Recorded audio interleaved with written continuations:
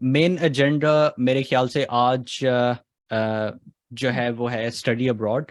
बाहर ममालिक में कहाँ पर आप जा सकते हैं। मेनली आई वुड अज्यूम कि आप लोग बैचलर्स आप लोगों ने पढ़ा हुआ है और आप मास्टर्स के लिए बाहर जाना चाह रहे हैं, या सम ऑफ यू मे बी आपने मास्टर्स पढ़ा हुआ है और आप पीएचडी के लिए बाहर जाना चाह रहे हैं। ब्रीफ इंट्रोडक्शन कर देता हूँ। मैं नस्ट का ग्रेजुएट हूँ, नस्ट अलुमनाई एसोसिएशन के साथ काम कर रहा हूँ 2017 when I was a student in my final year.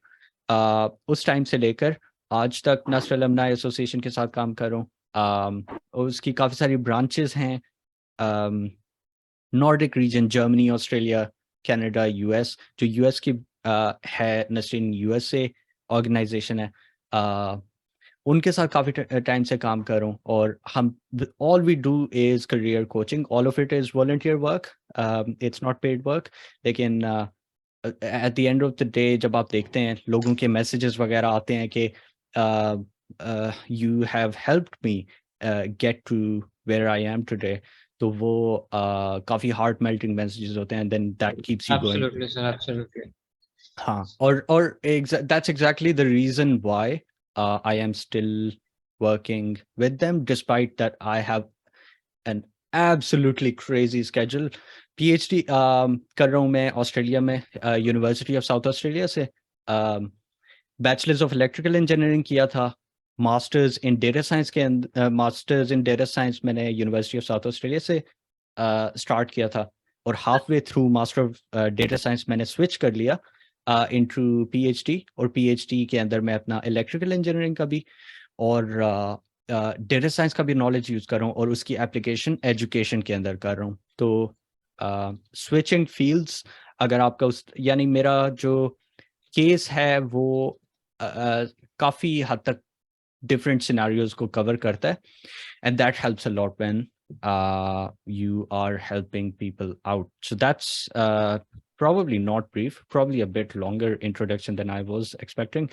लेकिन that's me. Study abroad के बारे में जब आप सोचना शुरू करते हैं, I would assume कि बैचलर्स के बाद let's start there. बैचलर्स के बाद आपने बाहर ममालिक में जाना है और आप कंफ्यूज्ड हैं कि कौन से ममालिक के अंदर जाएं। अगर आप लोग इस बारे में कंफ्यूज्ड हैं कि बाहर जाना भी चाहिए या नहीं जाना चाहिए, या मुझे क्या पहले 2 साल जॉब करनी चाहिए, ये काफ़ी फ्रीक्वेंट क्वेश्चन है। आई थिंक इसको भी एड्रेस कर देना चाहिए। It really depends.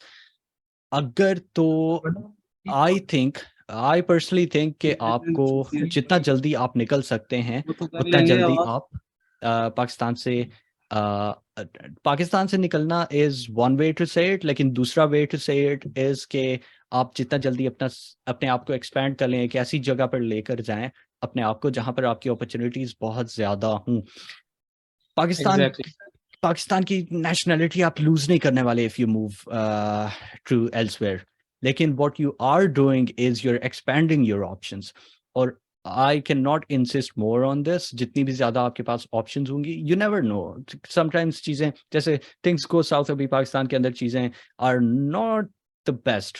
तो ऐसे वक्तों में जब आपके पास लेट्स से कोई ऑल्टरनेट ऑप्शंस है, तो उससे बेहतर कोई और चीज़ नहीं है। बाहर ममालिक में जाना डेफिनेटली चाहिए। जॉब अगर आपने करनी है तो सिर्फ उस केस में करें जब आपका लॉन्ग टर्म गोल ये है कि आपने लेट्स से कुछ लोग सॉफ्टवेयर इंजीनियरिंग के अंदर ग्रेजुएट होते हैं और they can live in Pakistan and earn in dollars. That's good, क्योंकि उस केस में आप सेव अच्छा खासा कर रहे होते हैं।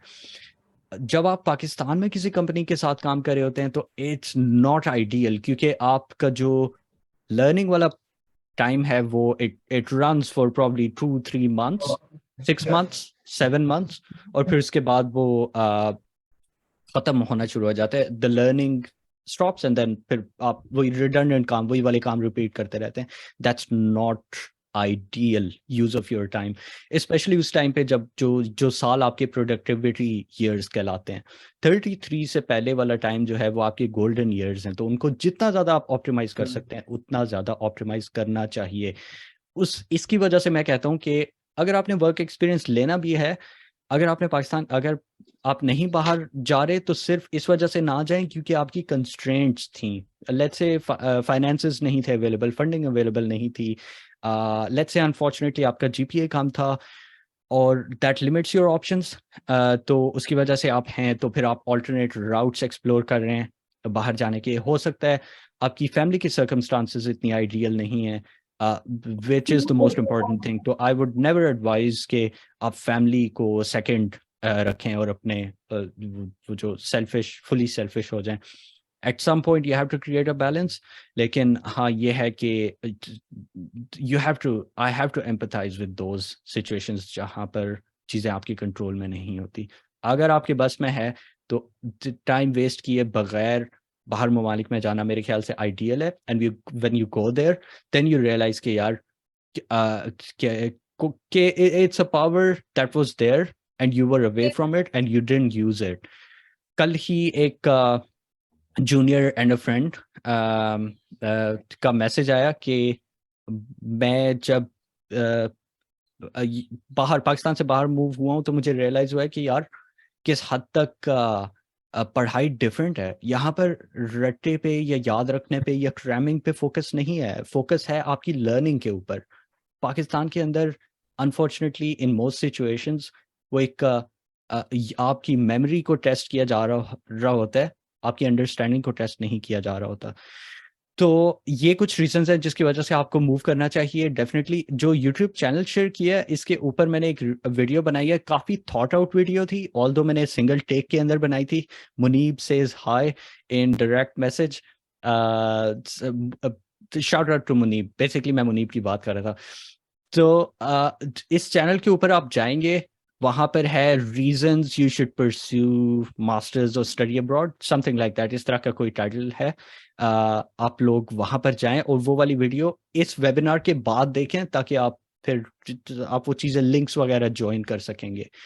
तो वो वाली, अगर आपको अभी पूरी डिटेल्स नहीं मिल रही कि क्यों आपको मास्टर्स बाहर या स्टडी अब्रॉड को परस्यू करना चाहिए, तो थोड़ा सा वेट करें, वेबिनार के बाद आप वो वाली वीडियो जाके देखेंगे। काफ़ी वेल थॉट आउट वीडियो थी, तो मैंने काफ़ी सोच के बनाई थी कि क्यों आपको कंसिडर करना चाहिए। बाकी आते हैं कि अच्छा आपने डिसाइड कर लिया है अभी कि आपने बाहर ममालिक में जाना है, कौन से फैक्टर्स हैं जिनको कंसिडर करके करना पड़ता है और करना चाहिए अपनी आपकी जो आपका ये गोल है उसको परस्यू करने के लिए। सबसे पहली चीज़ without a doubt funding, finances कितने अवेलेबल हैं आपके पास, ये वाली चीज़ बहुत ज़्यादा मैटर करती है और ये चीज़ आपके डिसीजंस काफ़ी हद तक डिटर्मिन करती है। दूसरी चीज़ है जीपीए।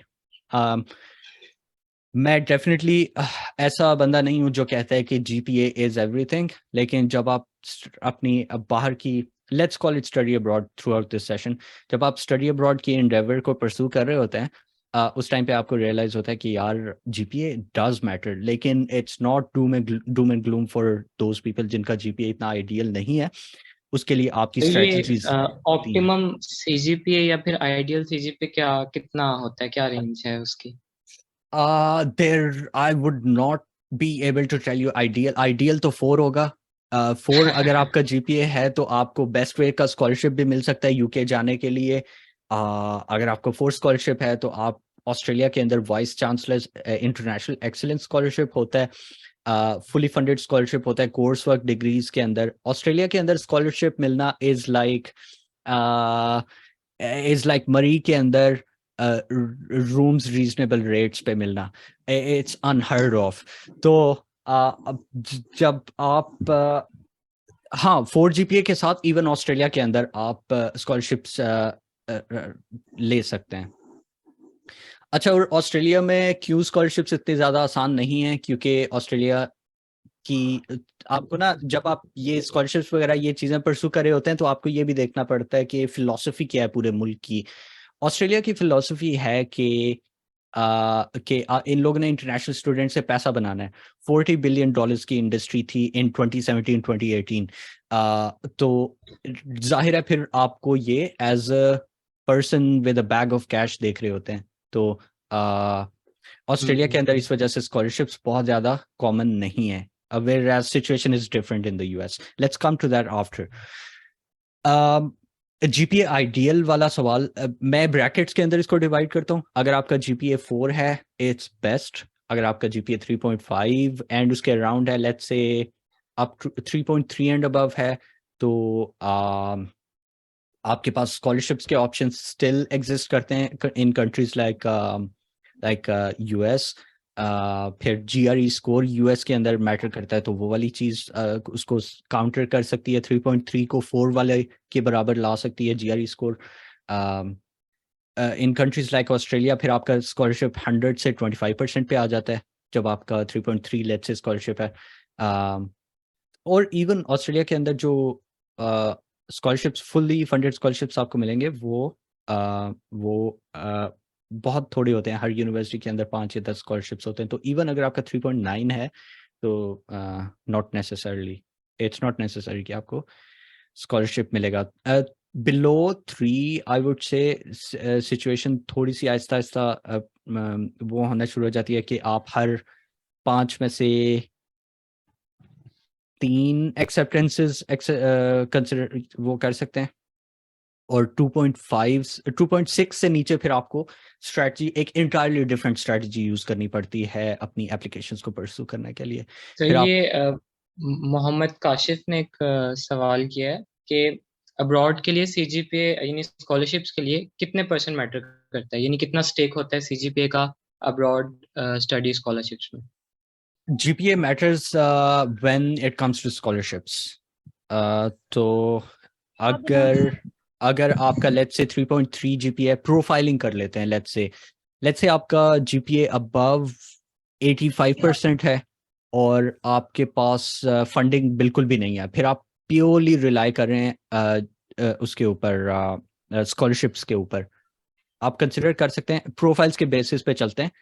85% एंड अबव आपकी ग्रेड्स हैं, अ, और आपके पास फंडिंग अवेलेबल नहीं है, और लॉन्ग टर्म आपका जो गोल है वो है, लेट्स से कि पीआर मैटर करती है, परमानेंट रेजिडेंस, लेकिन permanent residence with while me staying in my core discipline area, मुझे वो वाली चीज़ चाहिए। लेट्स से ये आपकी प्रोफाइल है। आप यूएस के अंदर यूनिवर्सिटीज़ में अप्लाई कर सकते हैं। यूएस के अंदर पार्शियल और फुल स्कॉलरशिप्स होते हैं, तो इट रियली डिपेंड्स कि आप कौन सी यूनिवर्सिटी को टारगेट करें। So you have to identify the right university जहाँ पर आप ट्राई करें डायरेक्ट स्कॉलरशिप्स, या यूनिवर्सिटी के जो स्कॉलरशिप्स होते हैं, रिसर्च स्कॉलरशिप्स नहीं, यूनिवर्सिटी के जो स्कॉलरशिप्स होते हैं वो। रिसर्च स्कॉलरशिप्स में situation game is entirely different. और यूएस के अंदर आप परस्यू कर सकते हैं अपनी स्कॉलरशिप्स की एप्लीकेशंस, अगर आपकी इस तरह की प्रोफाइल है। अम, बाकी कौन से ममालिक में, ऑस्ट्रेलिया के अंदर आपके चांसेस हो सकते हैं 50% या 100% स्कॉलरशिप, अगर तो आपका 85% एंड अबव है, और अगर आपने एक्स्ट्रा करिकुलर एक्टिविटीज़ वगैरह की हुई हैं। अगर आपने थोड़ी की हुई हैं तो उसको आप एक मतलब इन अ सर्टन वे आप स्टेट करके you can create a picture कि आपकी ना वेल बैलेंस्ड प्रोफाइल थी। तो ऑस्ट्रेलिया के लिए भी ट्राई कर सकते हैं अगर आपका 85% से अबव है। जनरली अगर आपने ऑस्ट्रेलिया के लिए कोर्स वर्क डिग्रीज के अंदर ट्राई करना है, तो आ, आपका अगर 95% एंड अबव है, तो 50% एंड 100% स्कॉलरशिप्स के कुछ चांसेस हो सकते हैं। इन स्कॉलरशिप्स का नाम होता है vice chancellor's international excellence scholarship, और ये बहुत लिमिटेड होते हैं। तो इवन अगर आपका 95% है, you might not get it, क्योंकि 3 लोग बाकी थे, उनकी प्रोफाइल आपसे बेहतर थी। सर एक question, sorry sorry to interrupt, उसमें ये है कि जो हमारे यहाँ ऑस्ट्रेलिया के बारे में कंसेप्शन के आप एचआर के थ्रू, जो हमारे ये कंसल्टेंट्स हैं उनके थ्रू प्रेफरेबली आप बेहतर जा सकते हैं। तो कुछ ऐसे एचआर्स हैं जो कि मतलब they are not like scams, मतलब वो रजिस्टर्ड है। वो आपको कहते हैं कि 70% प्लस पे हम आपको 25% हर सूरत में जो है स्कॉलरशिप हम आपको लेके देंगे, और 25% 70% means 2.8। So is it true? और वो अच्छी यूनिवर्सिटी होती है, लाइक यूनिवर्सिटी ऑफ वॉलोंग है 175th रैंक है इन the world. So is this true के बट लेकिन ये आप खुद ही करना चाहिए, या कंसल्टेंट्स जो ये आपको देते हैं गारंटीज, आर दीज ट्रू के लेकिन ये आप सिर्फ बातें ही हैं? ऑस्ट्रेलिया के बारे में बात कर लें पहले, फिर आई थिंक क्योंकि टाइम लिमिटेड है, और टॉपिक्स काफ़ी सारे हैं, तो अगर कुछ टॉपिक्स एड्रेस नहीं हो पाते तो वो आप मैं कोशिश, क्योंकि चैट पे एक्सपोर्ट हो रही होगी, तो इन टॉपिक्स को न्यूज़लेटर में, ईमेल में, वीडियो सीरीज में, हाउ एवर आई कैन, मैं उनको एड्रेस करने की कोशिश करूंगा। चैट के अंदर अगर आप अपने क्वेश्चंस लिख सकते हैं, it will be ideal to answer your question. Consultants के साथ आपको कंसल्ट करना पड़ता है when you are pursuing Australia के लिए अपनी applications. Before that, to zoom out, Australia की जब आप एप्लीकेशंस परस्यू कर रहे होते हैं तो there are two kinds of degrees. एक होती है कोर्स वर्क डिग्रीज और दूसरी होती है research degrees. Course work degrees वो होती हैं जो आपको कंसल्टेंट से सुनने को मिलती हैं। क्यों कंसल्टेंट से सुनने को मिलती हैं? क्योंकि consultants have an incentive in it. जो every single person that a consultant sends to a university, that university gives them a commission. That commission ranges from 5% to 30%. 30% of your first fee. 30% of your first fee is huge. तो आप वहां से देख सकते हैं कि consultant के पास एक बहुत सिग्निफिकेंट इंसेंटिव है आपको उस यूनिवर्सिटी में भेजने के लिए जहां पर उनको कमीशन ज्यादा मिल रहा है। इसके बारे में मैंने एक शॉर्ट बनाया था अभी रिसेंटली कि बिवेयर ऑफ कंसल्टेंट्स। सारे कंसल्टेंट्स आर नॉट इवल, बल्कि मोस्ट कंसल्टेंट्स, तकरीबन 90% कंसल्टेंट्स इन पाकिस्तान और लेजिटिमेट। और लेकिन मैं जनरली कहता हूँ कि ये एक ऐसा प्रोफेशन है जो इनहेरेंटली उसके ऊपर बेस्ड है, स्लाइट डिसऑनेस्टी के ऊपर बेस्ड है। वो चीज़ें उनको आपसे छुपानी पड़ती हैं। अगर वो नहीं छुपाएंगे तो उनके प्रॉफिट्स अफेक्ट होंगे। तो ये वाली चीज़ डेफिनेटली कंसल्टेंट्स के साथ, जब आप एप्लीकेशंस आपको कंसल्टेंट्स के साथ ही परस्यू करनी पड़ती हैं, क्योंकि यूनिवर्सिटीज़ ने ये कंडीशन सेट की हुई है कि आपने कंसल्टेंट्स के थ्रू ही अप्लाई करना है। और वो इसलिए करते हैं ताकि आप वीज़ा की एप्लीकेशंस में मिस्टेक्स ना करें और कंसल्टेंट्स आपको हेल्प करें थ्रू आउट। लेकिन that's also an under the table way of या backdoor way of university saying to those consultants के यार send them to us, don't send them to UK or US or XYZ। तो जब आप consultants के साथ deal कर रहे हो तो बी एब्सोल्युटली क्रिटिकल, मतलब विद इन योर सेल्फ उनके हर चीज़ को क्वेश्चन करें कि वो ये चीज़ क्यों सजेस्ट करें। To answer your question about 25% scholarship, वो कंसल्टेंट अपनी जेब से आपको नहीं दे रहा। अगर वो आप पे एहसान जताने की कोशिश कर रहा है तो उससे कहें कि ये बहुत शुक्रिया, लेकिन ये हर यूनिवर्सिटी से ऑफर हो रहा है, तो I will make the choice that suits me और मैं उस यूनिवर्सिटी में जाऊँगा। 25% scholarship is definitely possible. 25% scholarship उन्होंने रखा होता है। It's like the discount code you get when you buy from an online shop. उन्होंने प्राइस थोड़ी सी ऊपर करके रखी होती है और फिर उसको नीचे कर देते हैं। क्यों? क्योंकि इट्स अट्रैक्टिव। तो वो 25% स्कॉलरशिप तकरीबन सारे लोगों को, नॉट सारे लोगों को, लेकिन 70% से अबव आपके मार्क्स हैं 75% से, तो आपको 25% scholarship, 20%, 30% different in different universities ये आपको मिल जाता है। डेफिनेट फिर बियॉन्ड दैट आपके फाइनेंसेस पे डिपेंड करता है कि क्या आप वो जो 25% के बाद जो 75% बनता है, क्या वो आप मैनेज कर सकते हैं या नहीं कर सकते। हर कंट्री की एक लंबी स्टोरी है। अगर मैं ऑस्ट्रेलिया के अंदर, फिर ऑस्ट्रेलिया के ही सिनेरियो के अंदर नेक्स्ट क्वेश्चन आता है कि अच्छा सही है 25% स्कॉलरशिप वो ऑफर करें, आई डोंट माइंड इट। मेरा ऑस्ट्रेलिया में बड़ी आसानी से एडमिशन हो गया था। डेफिनेटली आसानी से हुआ था क्योंकि ऑस्ट्रेलिया लाइक्स इंटरनेशनल स्टूडेंट्स, क्योंकि इकॉनमी के अंदर अच्छा कंट्रीब्यूट करते हैं। मैं ये नहीं कह रहा कि ऑस्ट्रेलिया नहीं आना चाहिए, लेकिन इन सारे कैविएट्स, इन सारे चीज़ों से आपको अवेयर होना चाहिए। अब क्या नेक्स्ट क्वेश्चन आपका ये होता है कि मैं अपनी फीस खुद पे कर सकता हूँ? तो इसका जवाब रियली डिपेंड्स कि आपका लॉन्ग टर्म गोल क्या है। काफ़ी सारे लोग आते हैं और वो खुद काम करते हैं पार्ट टाइम नहीं होता, part time it's for the sake of saying, लेकिन आप 10-10 घंटे काम कर रहे होते हैं, then in different kinds of jobs. Uber कर रहे हैं आप सिक्योरिटी की जॉब्स करें, लेकिन उसमें फिर ये होता है कि वो उस केस में आपके लिए बेहतर है जिस केस में career is not your top priority. You are fine with moving to other disciplines and PR is your top priority. तो और ये एक रूल नहीं है, यानी 70 मैंने तकरीबन, अगेन ये रफ एस्टिमेट है, statisticians probably will kill me for saying this, लेकिन 70% लोग तकरीबन यू वुड ऑब्जर्व, मेरी पर्सनल यानी 10 में से 7 लोगों को मैं ऑब्जर्व करता हूँ कि वो अगर वो फीस खुद पे करते हैं तो they end up getting struck into a vicious cycle. I call it a vicious cycle trap, क्योंकि होता यह है कि आप वो परस्यू करते हैं, पहली फीस आपकी फैमिली आपको हेल्प करती है, फिर आप you work tirelessly, spend golden years of your life making it through, लेकिन अगर आप खुदा न खास्ता उन 30% में नहीं होते who are able to maintain their career and also pay work intensive hours, तो ये होता है कि आप ग्रेजुएट होने के बाद यू रियलाइज कि यार शूट जीपीए भी थोड़ा है, और मेरे पास skills, I was not able to acquire the skills जो इस इंडस्ट्री के अंदर लोग सॉरी एम्प्लॉयज डिमांड करें। सबसे पहला प्रॉब्लम ये आता है कि GPA does matter getting your foot into the interview वाला रूम। अगर आपका जीपीए बहुत ही रिडिकुलसली लो आता है, इंटेंसिव आवर्स, तो इट्स नॉट अनएक्सपेक्टेड, लेकिन अनफॉर्चुनेटली उसकी वजह से आपको इंटरव्यू की कॉल्स भी नहीं आती।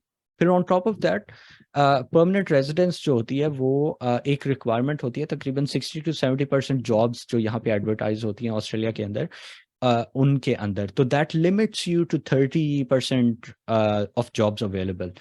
और फिर उन 30% जॉब्स में आप compete कर रहे होते हैं, और आपका अगर जीपीए थोड़ा है, इंटरव्यू का दरवाजा ही नहीं खुल रहा, तो फिर प्रॉब्लम क्या होता है, फिर आप विशियस साइकिल ट्रैप में जाते हैं। टाइम इज रनिंग, आपके पास 2 साल थे उस टाइम के पोस्ट स्टडी वर्क वीज़ा के, उसके अंदर आपने आपका आइडियली कोशिश ये थी कि पीआर सॉर्ट हो जाए। पीआर कैसे सॉर्ट होगी, अब आपको ऑल्टरनेट राउट्स आप एक्सप्लोर करना शुरू हो जाते हैं। फिर ये होता है कि आप खुद से कहते हैं कि यार अगर जॉब नहीं मिलती और मेरे पास पैसे भी नहीं होते, तो फिर that's a point of no return. तो मैं क्या करता हूँ कि मैं अभी उबर में क्रेजी आवर्स दोबारा लगाना शुरू कर देता हूँ, और लेट्स डू दैट मैं जॉब सर्च भी करता रहूँगा। फिर होता ये है कि जॉब सर्च फिर आपकी सेकंड वो प्रायोरिटी बन जाती है, और 10 घंटे काम करने के बाद, क्या आप डू यू रियली थिंक कि आप 30 मिनट या 1 घंटा लगाएंगे जॉब सर्च पे डेली? और even that is not enough in a fierce amongst fierce competition. तो होता ये है कि फिर आप वो पैसे जमा कर लेते हैं, तकरीबन लेट्स से बहुत कमाल के अमाउंट्स, $80,000 आपने जमा कर लिए in that time let's say. फिर होता यह है कि आपने अपना स्टे एक्सटेंड करने के लिए आपको एक और डिग्री करनी पड़ती है। उसका क्या मतलब है कि ऑस्ट्रेलियन इकोनॉमी में delicious $60,000 are going to be contributed again by you. So it's a win for the system, it's not a win for you. ऐसे बंदे के लिए जिसके लिए पीआर इंपॉर्टेंट थी, लेकिन करियर के साथ रहना भी इंपॉर्टेंट था। अगर career you don't care about career, तो इट्स फाइन। फिर आप इस तरह के डिसिप्लिन्स में जा सकते हैं, जैसे कुकरी हो गई या पेंटिंग हो गई। इस तरह के प्रोफेशंस में काफ़ी शॉर्टेज है, तो वो आप 1 साल का डिप्लोमा करके पीआर वगैरह ले सकते हैं, and then you can come back to your career. लेकिन दैट मीन्स के you been out of touch with your career for a couple years.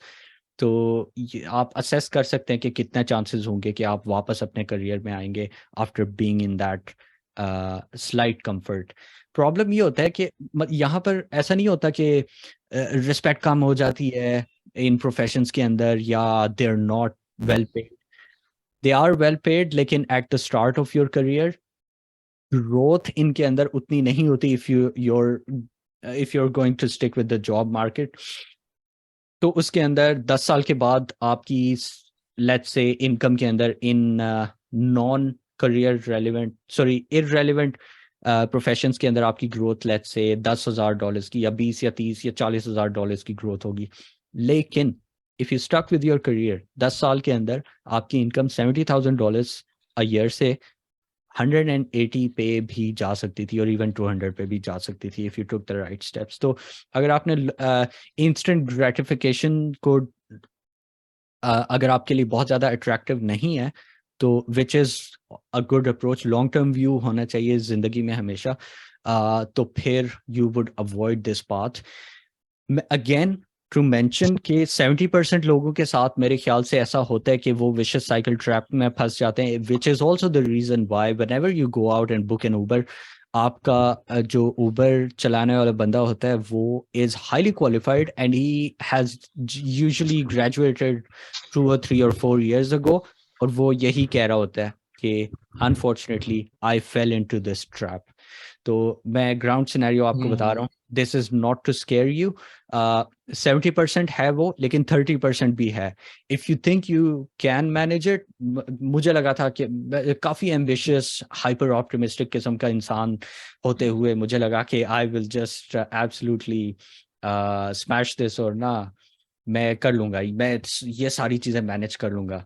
लेकिन when it comes to doing it, 10 घंटे लगाना है, then studying as well. Slide background आपको दे दूं कि मेरे लिए स्टडीज बहुत ज़्यादा इंपॉर्टेंट थी। अगर मेरा ग्रेड, मेरी स्टडीज़, मेरी लर्निंग अफेक्ट होती है तो मेरी मेंटल हेल्थ, मेरा थॉट प्रोसेस बहुत बुरे तरीके से अफेक्ट होता है। तो जब मैंने अपने आप को उस सेंस में सफ़र होते हुए देखा कि लॉन्ग टर्म के अंदर दिस विल नॉट सस्टेन मेरी ये जो करियर वाली एस्पिरेशंस है ना, इवन अगर मैं फ़ीस वगैरह मैनेज कर लेता हूँ तो वो करियर वाली एस्पिरेशंस जो हैं वो uh, उस पे जाएंगी, कुर्बान हो जाएंगी। तो I made the decision to seek family's help, find alternate means. लेकिन ये है कि मैंने वो वाला पाथ छोड़ दिया था। लेकिन मैं उन 70% लोगों में था, आप उस 30% लोगों में हो सकते हैं, लेकिन आपने फिर सेल्फ अवेयर हो के वो डिसीजन लेना है। ना आपने मेरी तरह हाइपर ऑप्टिमिस्टिक व्यू लेना है कि यार मैं कर लूंगा, और यू फाइंड आउट कि यार this is a bit too much. और हाँ, आप उस 30% लोगों में हो सकते हैं, यू कैन डू इट, लेकिन be self aware about it. अच्छा, मेरे ख्याल से ये वाली पिक्चर जो है, ये क्वेश्चन बहुत ज़्यादा इंपॉर्टेंट होती है, लेकिन अनफॉर्चुनेटली ये आपको एक एक सर्टन कॉर्नर में भेज देती है, वो स्केरी जो कॉर्नर होता है। तो इसका मकसद बिल्कुल ये नहीं है कि आप स्केरी कॉर्नर के अंदर चले जाएं। ऑस्ट्रेलिया किसके लिए बेहतर होगा, मेरे ख्याल से is the right question to ask. एक ऐसा बंदा जिसके घर वाले 2 या 3 सेमेस्टर सपोर्ट कर सकते हैं, या वो लोन ले सकता है, या they can take an absolutely critical measure of selling some asset, even an asset very dear to them. I think it's still way, way, way better than being exploited in the Pakistani market. Absolutely. हाँ, तो अगर ऐसा आप ऐसे हैं बंदे जिनकी family somehow push करके आपको सपोर्ट कर सकती है 2 या 3 सेमेस्टर्स के लिए, तो 1 या 1.5 सेमेस्टर्स के लिए आप फीस मैनेज कर सकते हैं, वो जो आप कर एवरेज सकते हैं। फी, एवरेज अमाउंट बता सकते हैं आप?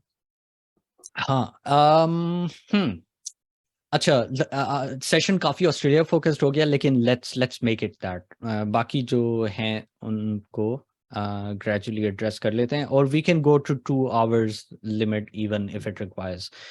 अच्छा, आपने सवाल पूछा है कि दोबारा एवरेज अमाउंट जो फी होती है जो इनिशियल अमाउंट जो अरेंज करनी चाहिए, जिस तरह आप कह रहे ऑस्ट्रेलिया के अंदर टीयर्स में मैं यूनिवर्सिटीज को डिवाइड करता हूँ।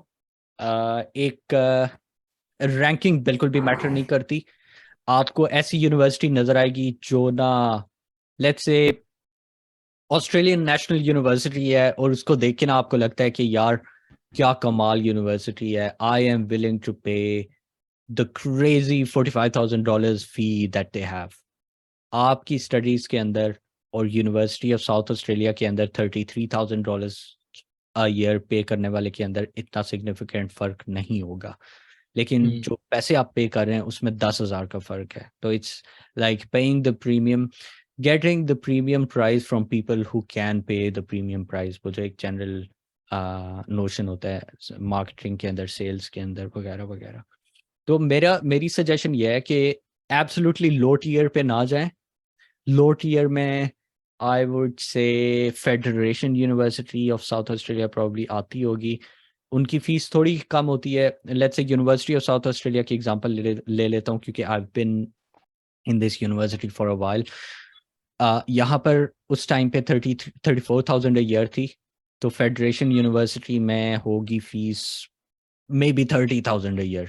And it is quite a difference, लेकिन it's not a huge difference. लेकिन प्रॉब्लम ये होता है कि उसकी इतनी गई गुजरी क्वालिटी है कि वो स्टूडेंट एक्सपीरियंस लर्निंग उसको सेकंड रखेंगे क्योंकि they are trying to cut corners, क्योंकि उनकी कस्टमर बेस ही वही है which doesn't care about the quality, which cares about के फीस कम हो.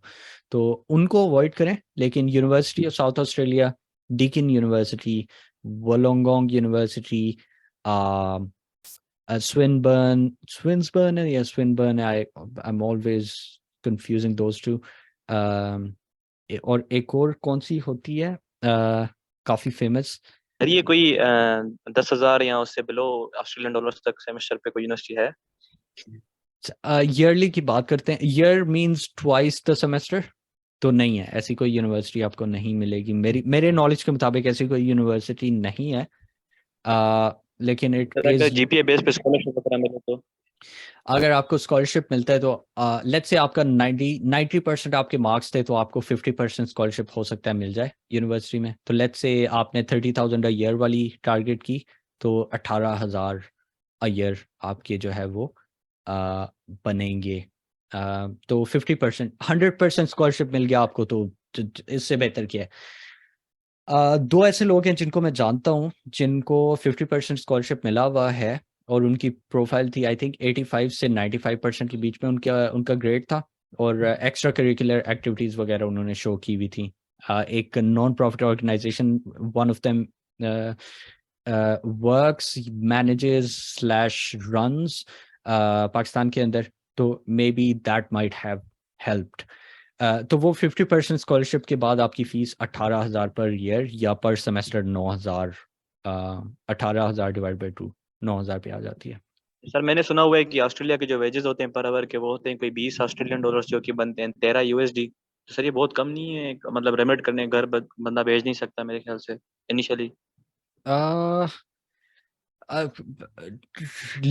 पता नहीं, आई डोंट नो किस सेंस में आप कह रहे हैं कि ये थोड़े हैं या नहीं है. किसके कंपैरिजन में? यूएस के कंपैरिजन में आप बात कर रहे हैं? मेरे ख्याल में इनका सवाल ये है कि अगर कोई बच्चा यहाँ से ऑस्ट्रेलिया जाता है और वो अपनी स्टडी भी साथ करना चाहता है और वो घर भी यानी कुछ रेमिटेंस भेजना चाहता है तो उसके लिए 20 ऑस्ट्रेलियन डॉलर्स पर आवर की वेज कम है. ये क्या है उसका, यानी वो कर सकता है अफोर्ड अपने घर वालों को भी या फिर नहीं कर सकता? ये सवाल है इनका. I think there's a better question to ask. I think there's another question to ask. और वो क्वेश्चन ये है कि क्या आपको sufficient hours भी मिलेंगे या नहीं मिलेंगे. 20 थोड़ा है लेकिन on top of that क्या आपको sufficient hours मिलेंगे या नहीं मिलेंगे. That's also a question. It is what it is. थोड़ा है या ज़्यादा है, 20 is what you get. 20 minimum है वैसे. Generally 25 मैकडोनल्ड्स के अंदर मैंने काम किया हुआ है. आई थिंक 27 था उनका, $29 an hour. लेकिन उसमें आपको घंटे नहीं मिलते. सबसे ज़्यादा प्रॉब्लम यही होता है कि ऑन ग्राउंड आपको घंटे नहीं मिल रहे होते. और that is the reason why people resort to Ubers, doing Ubers या सिक्योरिटी के अंदर भी यही होता है. सुनने में मिल रहा होता है कि यार शिफ्ट्स नहीं मिल रही, घंटे नहीं मिल रहे. डॉलर्स तो गए आउट ऑफ क्वेश्चन, घंटे ही नहीं मिल रहे होते इनफ. तो अगर आप ये कह रहे हैं ना कि ओ मैं 10 घंटे काम करूंगा, 20 घंटे यार एन आवर है तो 20 into 10 मैं एक दिन के अंदर $200 कमा लूंगा, तो इट्स नॉट एक्यूरेट. हो सकता मोस्ट लाइकली आपको 10 घंटे प्रॉब्ली नहीं मिलेंगे. कुछ लोगों को मिल जाते हैं लेकिन वो फिर थोड़े होते हैं. वो तकरीबन 20-30% लोग हैं जो जिनकी कोई रेफरेंसेस ऑलरेडी होते हैं बड़े स्ट्रॉन्ग किस्म के. उन्होंने रेफर कर दिया लेट्स से किसी वेयर हाउसिंग कंपनी. मैं आपको एक बेहतर जवाब देता हूँ. बेहतर जवाब मैं ये देता हूँ कि अगर आपके, मैं अगेन कमिंग बैक, मैं प्रोफाइल्स के बारे में बात कर रहा था कि कौन से बंदे के लिए कौन सी ऑप्शन ज़्यादा सूटेबल है। अगर आपके फाइनेंसेस लिमिटेड हैं, अगर आप सिर्फ इनिशियल एक्सपेंस अरेंज कर सकते हैं, इनिशियल एक्सपेंस से मुराद ये है कि 25,000 ऑस्ट्रेलियन डॉलर्स लेट्स से कर लें। अगर आप सिर्फ इनिशियल एक्सपेंस अरेंज कर सकते हैं तो Australia might not be the best option for you if career is important for you. अगर करियर आपके लिए इम्पोर्टेंट नहीं है तो आप पार्ट टाइम आवर्स में क्रेजी अमाउंट ऑफ वर्क करके आप वो मैनेज कर सकते हैं, पीआर ले सकते हैं एंड देन इजी। लेकिन अगर करियर आपके लिए इम्पोर्टेंट है तो फिर वो आप 70% risk against 30% possibility of making it through के ऑड्स खेल रहे होंगे। अगर आपकी फैमिली अफोर्ड कर सकती है 2 या 3 सेमेस्टर्स की, फिर आप परस्यू कर सकते हैं ऑस्ट्रेलिया को। और उसमें कुछ स्ट्रेटजीज होती हैं वो आप यूज़ कर सकते हैं टू डिले, यानी सेमेस्टर की ब्रेक, ऑफ टाइम ले लिया, उसको कहते हैं लीव ऑफ एब्सेंस। उसके लिए आपको सर्कमस्टांसेस, कंपेलिंग सर्कमस्टांसेस वगैरह शो करनी होती हैं। तो ये वाली डिटेल्स में मज़ीद इसके बारे में डिटेल्ड वीडियो सीरीज बनाने की कोशिश करूँगा। और लेकिन यह है कि मैं आपको बॉटम लाइन बता देता हूँ ताकि लोगों को पता चल जाए, मेन ओवरऑल आइडिया हो जाए कि यार मैं कौन से वाली प्रोफाइल में लाइक करता हूँ, मेरे लिए कौन से ऑप्शंस माइट बी सूटेबल। अच्छा, अगर आपके लिए करियर इम्पोर्टेंट है और आपके पास फंडिंग या फाइनेंसेस लिमिटेड है, लिमिटेड फाइनेंसेस से मुराद है सम हाउ आपको 25K अरेंज करना पड़ता है जो इनिशियल एक्सपेंस है। इनिशियल एक्सपेंस से मुराद होता है यूनिवर्सिटी की पहले सेमेस्टर की फ़ी और पहले 2 मंथ्स का लिविंग एक्सपेंस, वीज़ा की फ़ी, मेडिकल की फ़ी, मिसलेनियस एक्सपेंसेस वगैरह वगैरह वगैरह, वो मिला के 25,000 ऑस्ट्रेलियन डॉलर्स, 23 to 25,000 डॉलर्स आप एक्सपेक्ट कर सकते हैं अगर आप यूनिवर्सिटीज़ को परस्यू कर रहे हैं। तो इट्स नॉट आइडियल अगर सर ये करियर जर्मनी आपके लिए। बेटर ऑप्शन नहीं है फिर मास्टर्स करने के लिए, क्योंकि वहाँ पे मेरे ख्याल से पब्लिक यूनिवर्सिटी फीस वगैरह भी। हाँ बिल्कुल, मैं वही कहने वाला था कि आप फिर बाकी ममालिक कंसिडर कर सकते हैं। फिर आप जर्मनी को परस्यू कर सकते हैं और जर्मनी का सिनारियो ये है कि वहाँ पर काफ़ी सारी यूनिवर्सिटीज़ हैं जिनमें कोई फ़ीस नहीं है। तो अम, आपको बस 1 साल का एक ब्लॉक्ड अमाउंट जमा करानी होती है एक जर्मन बैंक अकाउंट में, और इसका मकसद होता है कि आप कि वो that's German government saying to you कि इतने पैसे रख के आओ कि आप यहाँ पर आके भूखे ना बैठे हुए हो, यानी आपके पास सरवाइव करने के लिए 1 साल के पैसे हों एटलीस्ट। तो वो आपने ब्लॉक करने होते हैं एक अमाउंट एक अकाउंट के अंदर। 10,000 यूरोज थे I guess, 10,500 if that has not changed. वो आपने ब्लॉक करने होते हैं और फीस आपने ऐसी यूनिवर्सिटी ढूंढनी होती है जहाँ पर आपकी फीस नहीं है। कुछ यूनिवर्सिटीज़, काफ़ी सारी यूनिवर्सिटीज़ के अंदर आप ये इंट्रोड्यूस करना शुरू कर दी है फीस उन्होंने 1,500 यूरोज से 3,000, लेकिन यह है कि still you can find universities जहाँ पर ट्यूशन फ्री है। उसके अंदर कैविएट ये है, सॉरी कैविएट ये है उसके अंदर कि आपका इसमें जीपीए बहुत ज़्यादा मैटर करता है। अगर आपका जीपीए कम है तो जर्मनी आपके लिए और थोड़ा जीपीए से क्या मुराद है, यानी 2.8 पाकिस्तानी 2.9 है या उससे थोड़ा है, तो progressively it keeps getting harder for you as you go lower towards lower GPA. 2.9 and above पे अगर आपने राइट स्ट्रेटजीज यूज़ की हैं तो आप you can there is a very good chance कि आपको एडमिशन मिल जाएगा। तो Germany is a very good option.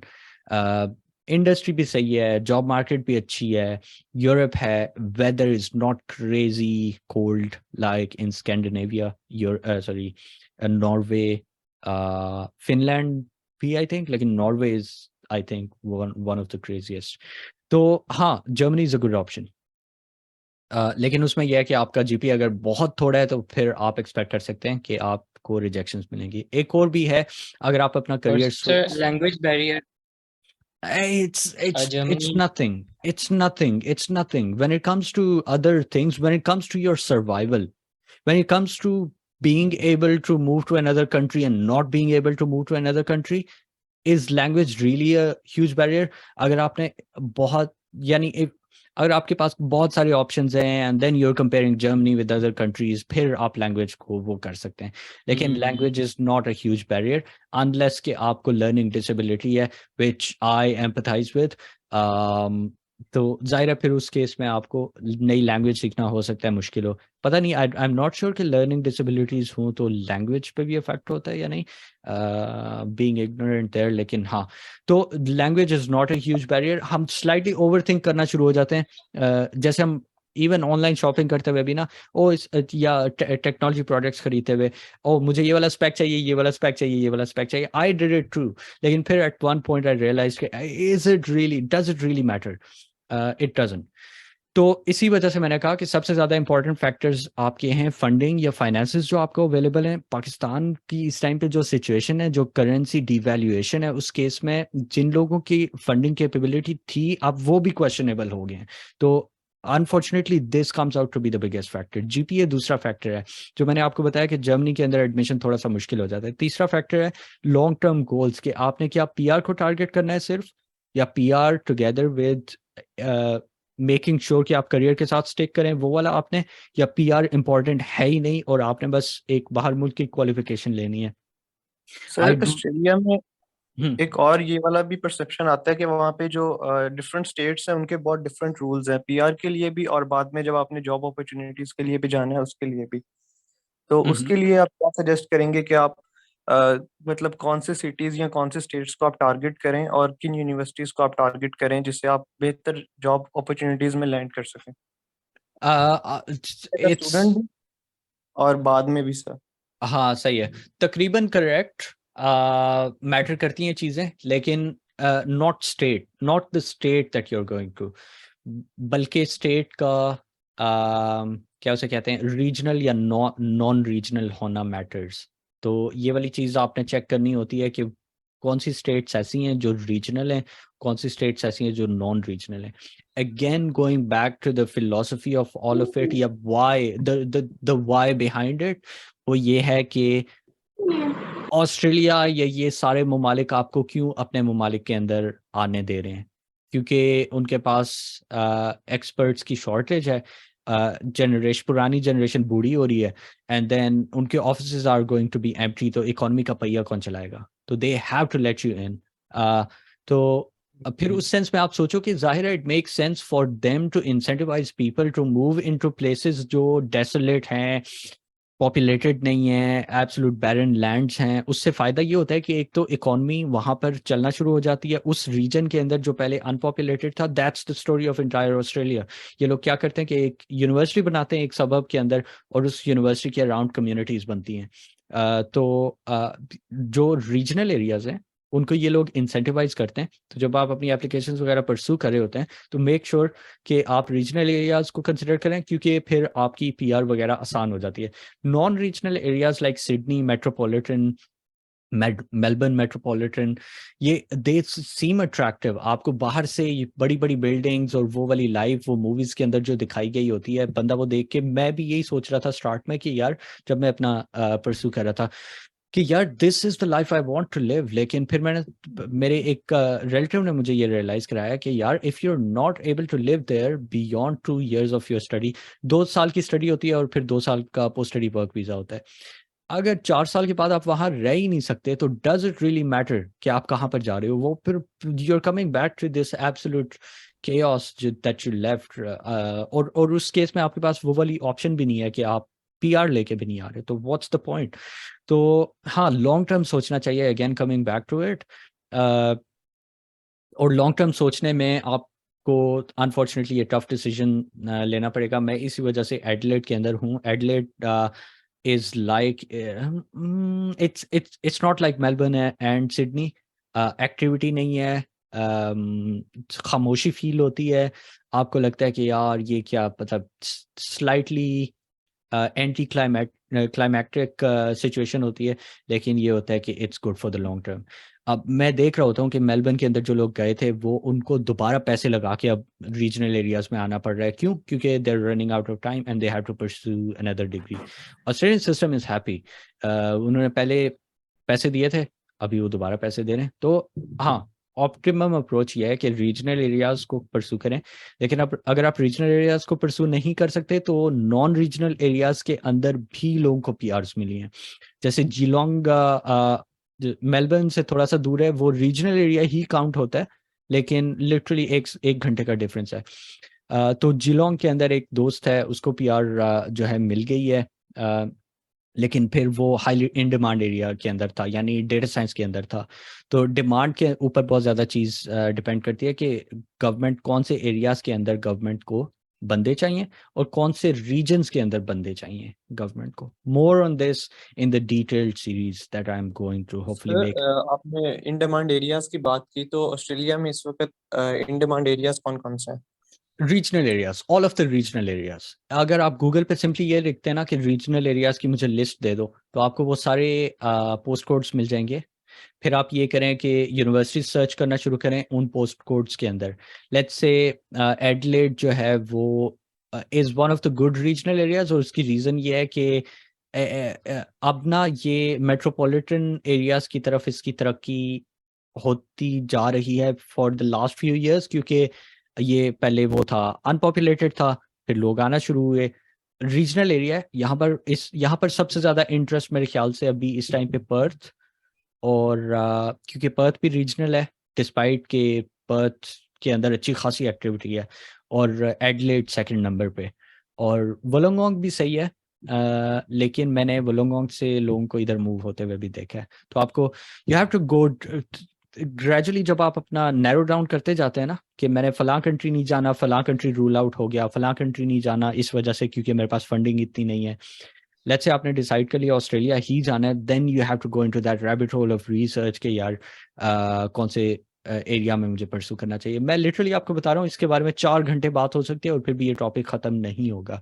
तो इस वजह से स्लाइटली जितना हम let's keep it to the surface level, और फिर मजीद डिटेल्स में videos, newsletters, somehow I'll try to use weekends to get that sir in information. Demand जो कोर्सेज हैं या फील्ड्स जो हैं उनके बारे में भी थोड़ा सा बता दें, क्योंकि आपकी जैसे डाटा साइंस है, और इसके हवाले से बता दें कि कौन सी जो फील्ड्स हैं वहाँ पे जिनके मतलब जॉब अपॉर्चुनिटीज आपको आसानी से मिल जाती हैं, और Yeah. उसके बरक्स अगर आप बिजनेस वाली फील्ड्स भी अगर आप उस हवाले से भी सोचते हैं फील्ड स्विच करने के हवाले से, तो उनकी मतलब क्या अपॉर्चुनिटीज हैं उनके हवाले से?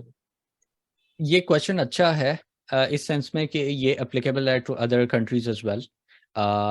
फॉर्चुनेटली हम लोग ज़्यादातर लोग स्टेम की फील्ड्स के अंदर होते हैं, कुछ लोग बिजनेस के अंदर भी हैं Nernst say that have reached out.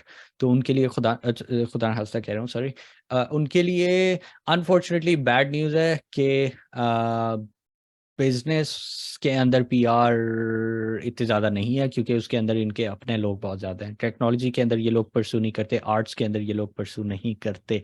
तो हम लोग टेक्नोलॉजी के अंदर जो लोग होते हैं, जो इन डिमांड फील्ड्स हैं, वो आप कह सकते हो science, technology, engineering and mathematics and relevant fields. तो स्टेम के अंदर हैं हम लोग ज़्यादातर, दैट्स अ गुड न्यूज़। आप एक एक हैक है, वो आप ये कर सकते हैं कि अगर आपने प्रोजेक्ट मैनेजमेंट के अंदर डिग्री करनी भी है ना, तो आप अपनी जो bachelors in Pakistan in engineering है, उसको यूज़ करके पीआर के लिए लॉन्च कर सकते हैं, और अपनी जो मास्टर्स की डिग्री है उसके पॉइंट्स आप क्लेम कर सकते हैं अलहदा से। तो वो एक चीज़ है, इट्स गुड न्यूज़ के engineers can still pursue management की degrees and still apply for PR. तो हाँ, इन डिमांड फील्ड्स का मतलब है कि स्टेम फील्ड्स, और स्टेम के अंदर again there is another layer to it. जैसे टेलीकम्युनिकेशन, 10 साल पहले टेलीकम्युनिकेशन बहुत ज़्यादा इन डिमांड थी।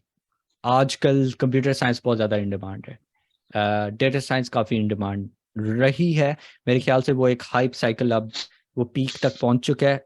I am not sure, I could be wrong, लेकिन ये मेरा पर्सनल ओपिनियन है। Cyber security, data science, artificial intelligence, agri tech, agriculture के अंदर बहुत ज़्यादा यहाँ पर वो होता है। और ये ऐसी फील्ड्स हैं जो हाईली इन डिमांड है। लेकिन अगर आप किसी भी इंजीनियरिंग की फील्ड से हैं तो you should not worry about it too much, क्योंकि there's a place somewhere in Australia for you. Canada के बारे में क्वेश्चन है, आई थिंक ऑस्ट्रेलिया के बारे में कोई और जनरल क्वेश्चन जो ज्यादा लोगों को हेल्प करे है तो वो आप पूछ लें, फिर we can move to US. PhD in Australia के बहुत क्वेश्चंस आ रहे हैं. अच्छा, PhD in Australia is a tricky subject इस सेंस में कि it requires a bit of explanation. जो अभी तक हमने सिनेरियो देखा है ऑस्ट्रेलिया के बारे में वो कोर्स वर्क डिग्रीज के अंदर था. तो there is another stream, research degrees की स्ट्रीम. कोर्स वर्क डिग्रीज होती हैं जिसमें आप कोर्सेज पढ़ते हैं for the entire 4 years duration, और उसके अंदर रिसर्च का कोई एलिमेंट इन्वॉल्व नहीं होता. Course work degrees are aimed to prepare you for the industry. तो और ये वही है स्ट्रीम जो गवर्नमेंट के लिए $40 billion इंडस्ट्री कॉन्स्टिट्यूट करती है. सही है. सो ये वाला डिफरेंस समझना इंपॉर्टेंट है कि कोर्स वर्क डिग्रीज वो डिग्रीज हैं जिसमें आपको कंसल्टेंट्स के साथ डील करना पड़ता है ज़्यादा, कंसल्टेंट्स को जिसके अंदर कमीशन मिलता है, और जो यूनिवर्सिटीज़ के लिए एक मेन सोर्स ऑफ इनकम और लोकल इकॉनमी के लिए एक सिग्निफिकेंट सोर्स ऑफ इनकम है. जो रिसर्च स्ट्रीम्स हैं वो उनमें वैल्यू प्रोपोजिशन डिफरेंट है. उस केस में वैल्यू इनोवेशन है जो ऑस्ट्रेलिया को मिल रही है. तो ये लोग स्कॉलरशिप्स देते हैं, उसमें रिसर्च के अंदर स्कॉलरशिप्स होते हैं, but then they require really good profiles even eligibility के लिए. अगर आपने PhD परस्यू करना है ऑस्ट्रेलिया के अंदर तो गुड न्यूज़ ये है कि 3 साल का PhD होता है, यानी 3 साल के आप अंदर आप PhD पढ़ सकते हैं. और बैचलर्स अगर आपने किया हुआ है तो बैचलर्स की बेसिस पे डायरेक्टली आप PhD के अंदर स्कॉलरशिप ले सकते हैं. लेकिन उसकी कंडीशन है कि आपके पास first class bachelors of honours हो. फर्स्ट क्लास का मतलब है कि आपके 82% या 80% से अबव मार्क्स हों. बैचलर ऑफ ऑनर्स का मतलब है कि 4 साल की आपकी डिग्री हो और उसमें 3 साल आपके कोर्स वर्क के हों बैचलर्स के, और 1 साल फुल रिसर्च का हो. तो that makes it bachelor of honours degree. Again to give you context, यहाँ पर ऑस्ट्रेलिया के अंदर 3 साल की बैचलर्स की डिग्री होती है, और जो बहुत ज़्यादा अकॉम्प्लिश्ड लोग होते हैं उनको बैचलर ऑफ ऑनर्स जो है वो ऑफर किया जाता है. तो आप देख सकते हैं कि क्यों रिसर्च डिग्रीज के अंदर बैचलर्स के बाद डायरेक्टली PhD परस्यू करने के लिए उन्होंने बैचलर्स ऑफ ऑनर्स की रिक्वायरमेंट रखी हुई है, क्योंकि that's where the quality lies, quality in terms of academic accomplishments. तो हाँ, PhD के अंदर घुसने के लिए आपको अच्छी प्रोफाइल चाहिए. अगर आपका 80 या 82% से ज़्यादा मार्क्स हैं तो आपको अप्लाई करना चाहिए. जो डिटेल्ड प्रोसेस है कि कैसे करना चाहिए, उसमें आप प्रोफेसर को भी कांटेक्ट कर सकते हैं जिसको आप डायरेक्ट स्कॉलरशिप्स कह सकते हैं, और आप जो मेन स्कॉलरशिप्स होते हैं उसमें भी अप्लाई कर सकते हैं. मेन स्कॉलरशिप उसको कहते हैं आप research training program scholarships, RTP scholarships.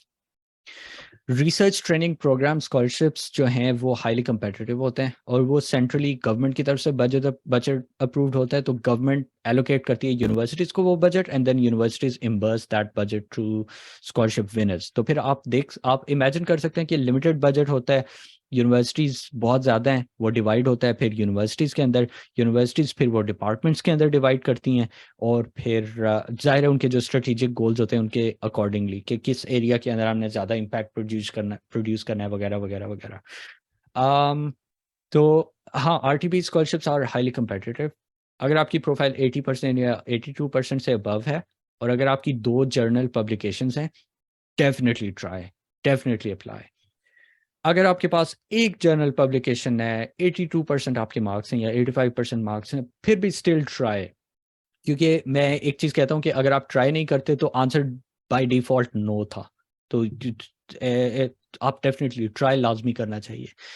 ज़्यादा वर्स क्या होगा कि आपको नो का जवाब मिल जाएगा, तो एटलीस्ट आपको पता चल जाएगा कि आप अपनी एफर्ट कौन सी जगह पे डायरेक्ट करनी है. तो लेकिन अगर आपका है लेट्स से 75% है और सिर्फ बैचलर्स है आपका, और आपने PhD में डायरेक्टली अप्लाई करना है, तो फिर I would suggest again, you never no कि सिचुएशन कब स्टैंडर्ड सिनारियो से डिफरेंट हो जाए, my life is literally the definition of it. यानी सिचुएशंस पे जिन पे मैंने इमेजिन नहीं किया था, things work out just because I tried. तो वो आपको ट्राई लाजमी करना चाहिए अगर आपके पास एक्स्ट्रा टाइम है। लेकिन अगर आपके पास लिमिटेड टाइम है तो उसको बेहतर है कि कहीं और यूज़ करें, किसी और जगह पे अप्लाई करने में। अगर आपका लेट्स से 70% है या 75% है, तो डायरेक्टली बैचलर्स की बेसिस पे पीएचडी में अप्लाई करना is probably not the most Sen choice. अच्छा, ये पीएचडी की स्टोरी है। और अगर इससे भी थोड़ा है आपका तो, और अगर आपने रिसर्च ही करनी है तो फिर कोशिश करें कि मास्टर्स कर लें। नेक्स्ट सर, आप ये गाइड कर दें कि अगर एक बच्चा है वो इस साल यानी जून जुलाई में ग्रेजुएट हो रहा है, फॉर एग्जांपल लेट्स सपोज नास्ट से ग्रेजुएट हो रहा है, तो उसे क्या यानी पूरा एक प्रोसीजर बता दें कि वो कहाँ से स्टार्ट करे, कहाँ अप्लाई करे, वीज़ा प्रोसेसिंग कैसे हो, कौन सी यूनिवर्सिटीज़ को कंसिडर करे, क्यूएस रैंकिंग किस हद तक मैटर करती हैं, और फाइनेंशियली उसे क्या चीज़ें जहन में रखनी चाहिए, यानी पूरा प्रोसेस। क्योंकि जिस प्रोसेस से बेसिकली आप गुजरे हैं, आप वही प्रोसेस एक्सप्लेन कर दें कि आपने चूंकि किया हुआ है, आपको पता है कि आपको कहाँ पर मुश्किल आई थी, और ताकि वो जो लोग अभी अप्लाई करना चाह रहे हैं उनके लिए वो मुश्किलात ना हो। और जाहिर है 4 से 5 साल में काफ़ी कुछ चेंज भी हो गया है, डायनेमिक्स खासतौर से कोविड के बाद चेंज हो गए हैं, वीज़ा प्रोसेसिंग के भी। और पाकिस्तान के हवाले से भी देखा जाए तो अभी चूंकि लाइंस क्यूज एम्बेसीज में बहुत ज़्यादा हैं, तो इसके हवाले से आप गाइड कर दें कि एक फ्रेश ग्रेजुएट का क्या प्रोसीजर होना चाहिए और उसे कितना टाइम जहन में रखना चाहिए, 1 साल, 6 महीने, 7 महीने, 8 महीने के, वो इसको माइंड में लेके चले, कितना टाइम लग सकता है। सही है। ऑपरेशंस पे अब हम लोग आ रहे हैं। आप लोगों के लिए अच्छी न्यूज़ ये है कि मैं since the time I have graduated and I have been through the process, मैं स्टिल लोगों के साथ कनेक्टेड हूँ। और एवरी ईयर यानी जर्मनी के अंदर, नॉर्डिक रीजन के अंदर, यूएस कनाडा के अंदर, ऑस्ट्रेलिया के अंदर, ऑल अराउंड द वर्ल्ड जो नस्र अलमनाई के चैप्टर्स हैं उनमें आई नोट स्टोरीज और आई टॉक टू पीपल। और मैं एक्टिवली करियर कोचिंग कर रहा होता हूँ एटलीस्ट 4-5 लोगों की। Regularly I hear back from them feedback, and then दोबारा उनको आप फीडबैक देते हो, and then they come back to you and the cycle goes on. तो I am still in touch, तो इस वजह से काफ़ी हद तक जो इन्फॉर्मेशन आपको मिल रही है वो स्टिल अप टू डेट होगी। अगर आपने रिसेंटली ग्रेजुएट किया है, the very first step for you is to realize के यू नीड टू, अगर आपकी सर्कमस्टांसेस अलाउ करती हैं, अगर फैमिली सर्कमस्टांसेस इतनी ज़्यादा आपको लिमिट नहीं करती, तो start looking for options to move abroad. अगर आप हाईली सॉट आफ्टर डिसिप्लिन के अंदर हैं, लेट्स से जो सबसे ज़्यादा एडवांटेज पे लोग हैं वो सॉफ्टवेयर के अंदर लोग हैं और जो डेवलपर्स हैं। आप पाकिस्तान के अंदर बैठकर आप हुंजा, अगर if you have good enough internet, तो आप हुंजा के व्यूज़ एंजॉय करते हुए कितने यानी अच्छे खासे at a fraction of a cost आप रह सकते हैं और पैसे आप कमा सकते हैं डॉलर्स के अंदर। Exactly, sir. तो Exactly. अगर आप वो कर सकते हैं तो that's a good approach to first save up enough कि आप किसी अपने आप की अपनी लोकेशन इंडिपेंडेंस को परस्यू कर सकें। लोकेशन इंडिपेंडेंस वाली चीज़ वही है कि यार किसी दूसरे मुल्क की एटलीस्ट पीआर हो, ताकि if things go south, like situation ख़राब होती है, तो फिर आपके पास वो सेकंड ऑप्शन हो। दूसरा उसका ये फ़ायदा भी होता है कि आप बिजनेस वगैरह कर सकते हैं, तो आपके पास एक नई लोकेशन होती है। और तीसरा ये कि when you start travelling the world, तो आपका वर्ल्ड व्यू एक्सपैंड हो जाता है। आपका जो ग्लोबल पर्सपेक्टिव है ना, अगर वो आपको once you move out of Pakistan या स्टार्ट ट्रैवलिंग, तो यू रियलाइज के यार दुनिया जो सर्कल है, मैं जिस दुनिया को देख रहा था वो it's way bigger than that. तो आपकी बिजनेस अपॉर्चुनिटीज देखना शुरू हो जाता है if you are interested in that. बाकी चीज़ें भी आपको, तो ये इट्स डेफिनेटली वर्थ कंसिडरिंग कि आपको बाहर जाना चाहिए। लेट्स से आपने डिसाइड कर लिया कि आपने बाहर जाना है, फिर आप अपने फंडिंग फाइनेंसेस वगैरह डिटर्मिन करें कि यार मेरे पास कितनी फंडिंग अवेलेबल है। अगर आपके पास 25,000 जो मैंने इनिशियल एक्सपेंस कहा था वो अवेलेबल है, और आपके पास बहुत ज़्यादा पैसे अवेलेबल नहीं है लाइक मोस्ट ऑफ अस, तो आप फिर जर्मनी को कंसिडर करें। अगर आपका जीपीए Right. बहुत थोड़ा है तो आप जर्मनी के लिए एम्बिशियस सेफ मेथड यूज़ करें। एम्बिशियस सेफ मेथड को मैंने अपने उस चैनल के अंदर एक्सप्लेन किया था बड़ी डिटेल के अंदर। मैंने वो वीडियो जो है वो उसमें एक्सप्लेन किया, तो वो लाजमी आप लोग देखें। और फिर अगर आप जर्मनी के अंदर लेट्स से आपको बहुत सारी रिजेक्शंस आ गई हैं, लेट्स से आपने मेरी तरह डिसाइड किया कि आपने टेलीकम्युनिकेशन इंजीनियरिंग को परसू नहीं करना और आपने डेटा साइंस को परसू करना है। जर्मनी पेनलाइजेस दोज पीपल जो स्विच करते हैं फील्ड्स, क्योंकि उनको रेलेवेंस चाहिए होती है उसके अंदर। तो आपको काफ़ी सारी रिजेक्शंस आप एक्सपेक्ट कर सकते हैं इवन अगर आपका जीपीए 80% था तो, और आपने टेलीकॉम इंजीनियरिंग के बैकग्राउंड के साथ डेटा साइंस की डिग्रीज में अप्लाई किया है, तो आप रिजेक्शंस एक्सपेक्ट कर सकते हैं। फिर Germany is not an option. तो that's also the reason why I did not pursue Germany. Germany के अंदर मेरा उल्म यूनिवर्सिटी एक है, वहाँ पर हो गया था बड़े आराम से टेलीकम्युनिकेशन इंजीनियरिंग के अंदर, लेकिन it's not something I wanted to pursue.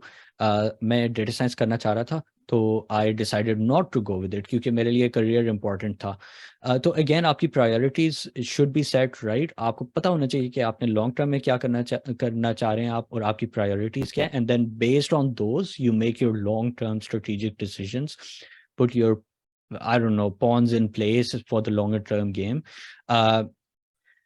अगर आपने जर्मनी आप अप्लाई नहीं कर सकते because of that reason, let's say GPA कम होने की वजह से, तो फिर आपके पास बाकी ऑप्शंस भी हैं। किसी ने सवाल पूछा था कि क्या Italy is good enough. Pakistan से इट्स गुड इनफ, लेकिन इट्स नॉट आइडियल। इससे बेहतर ऑप्शंस एग्जिस्ट करती हैं। तो अगर आप लेट्स से अगर आप जा सकते हैं, नॉर्वे के अंदर सिचुएशन बहुत कमाल की थी अनटिल अ ईयर अगो।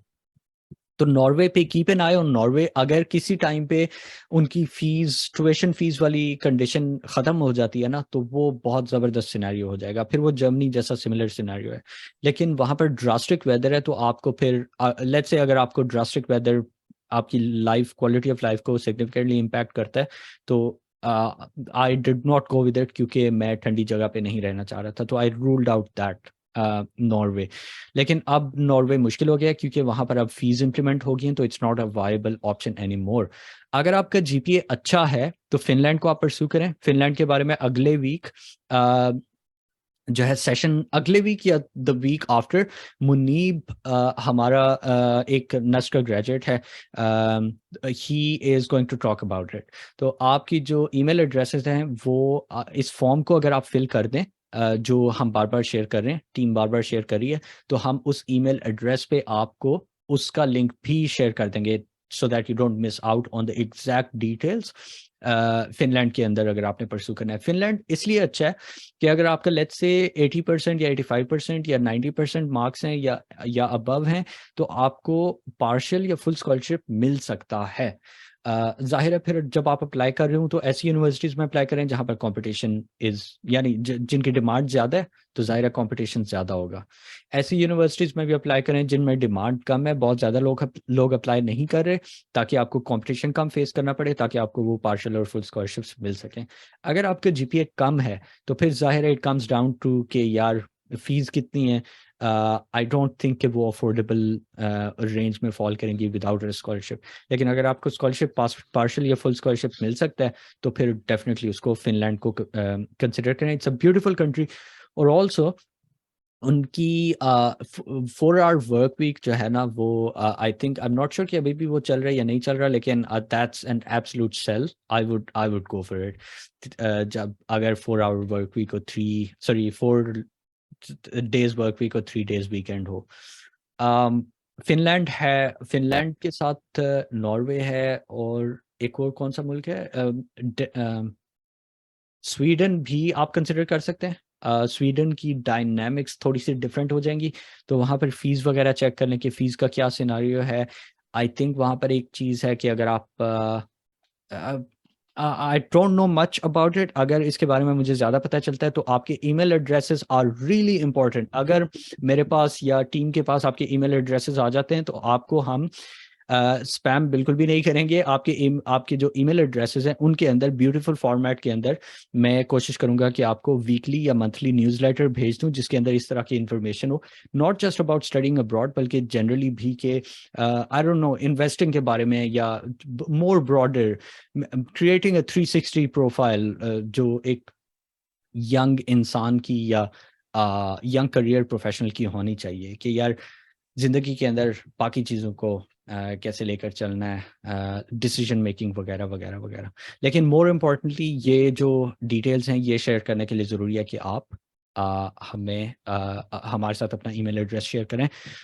अच्छा, स्कैंडिनेविया नॉर्डिक रीजन हो गया, जर्मनी हो गया, जर्मनी के अलावा भी यूरोप है। तो अगर आपके पास ये दोनों ऑप्शंस नहीं बन रहे और आपको फुल स्कॉलरशिप मिल रहा है इटली के लिए, तो आप डेफिनेटली इटली को भी परसू करें। अगर सर एक क्वेश्चन है वो ये कि इटली नॉर्मली अगर हम वर्ल्ड इकोनॉमीज देखें तो Italy on the 7th number, the biggest economy in the world, 7th biggest economy in the world as compared to Australia it's 14th और 15th। So why is that के even then लोग Australia को prefer कर रहे होते हैं, even then Germany से भी ज्यादा और इवन पूरे यूरोप से ज्यादा, आजकल तो इवन कनाडा से भी ज्यादा लोग जो है ऑस्ट्रेलिया को प्रेफर करें, तो व्हाई इज दैट?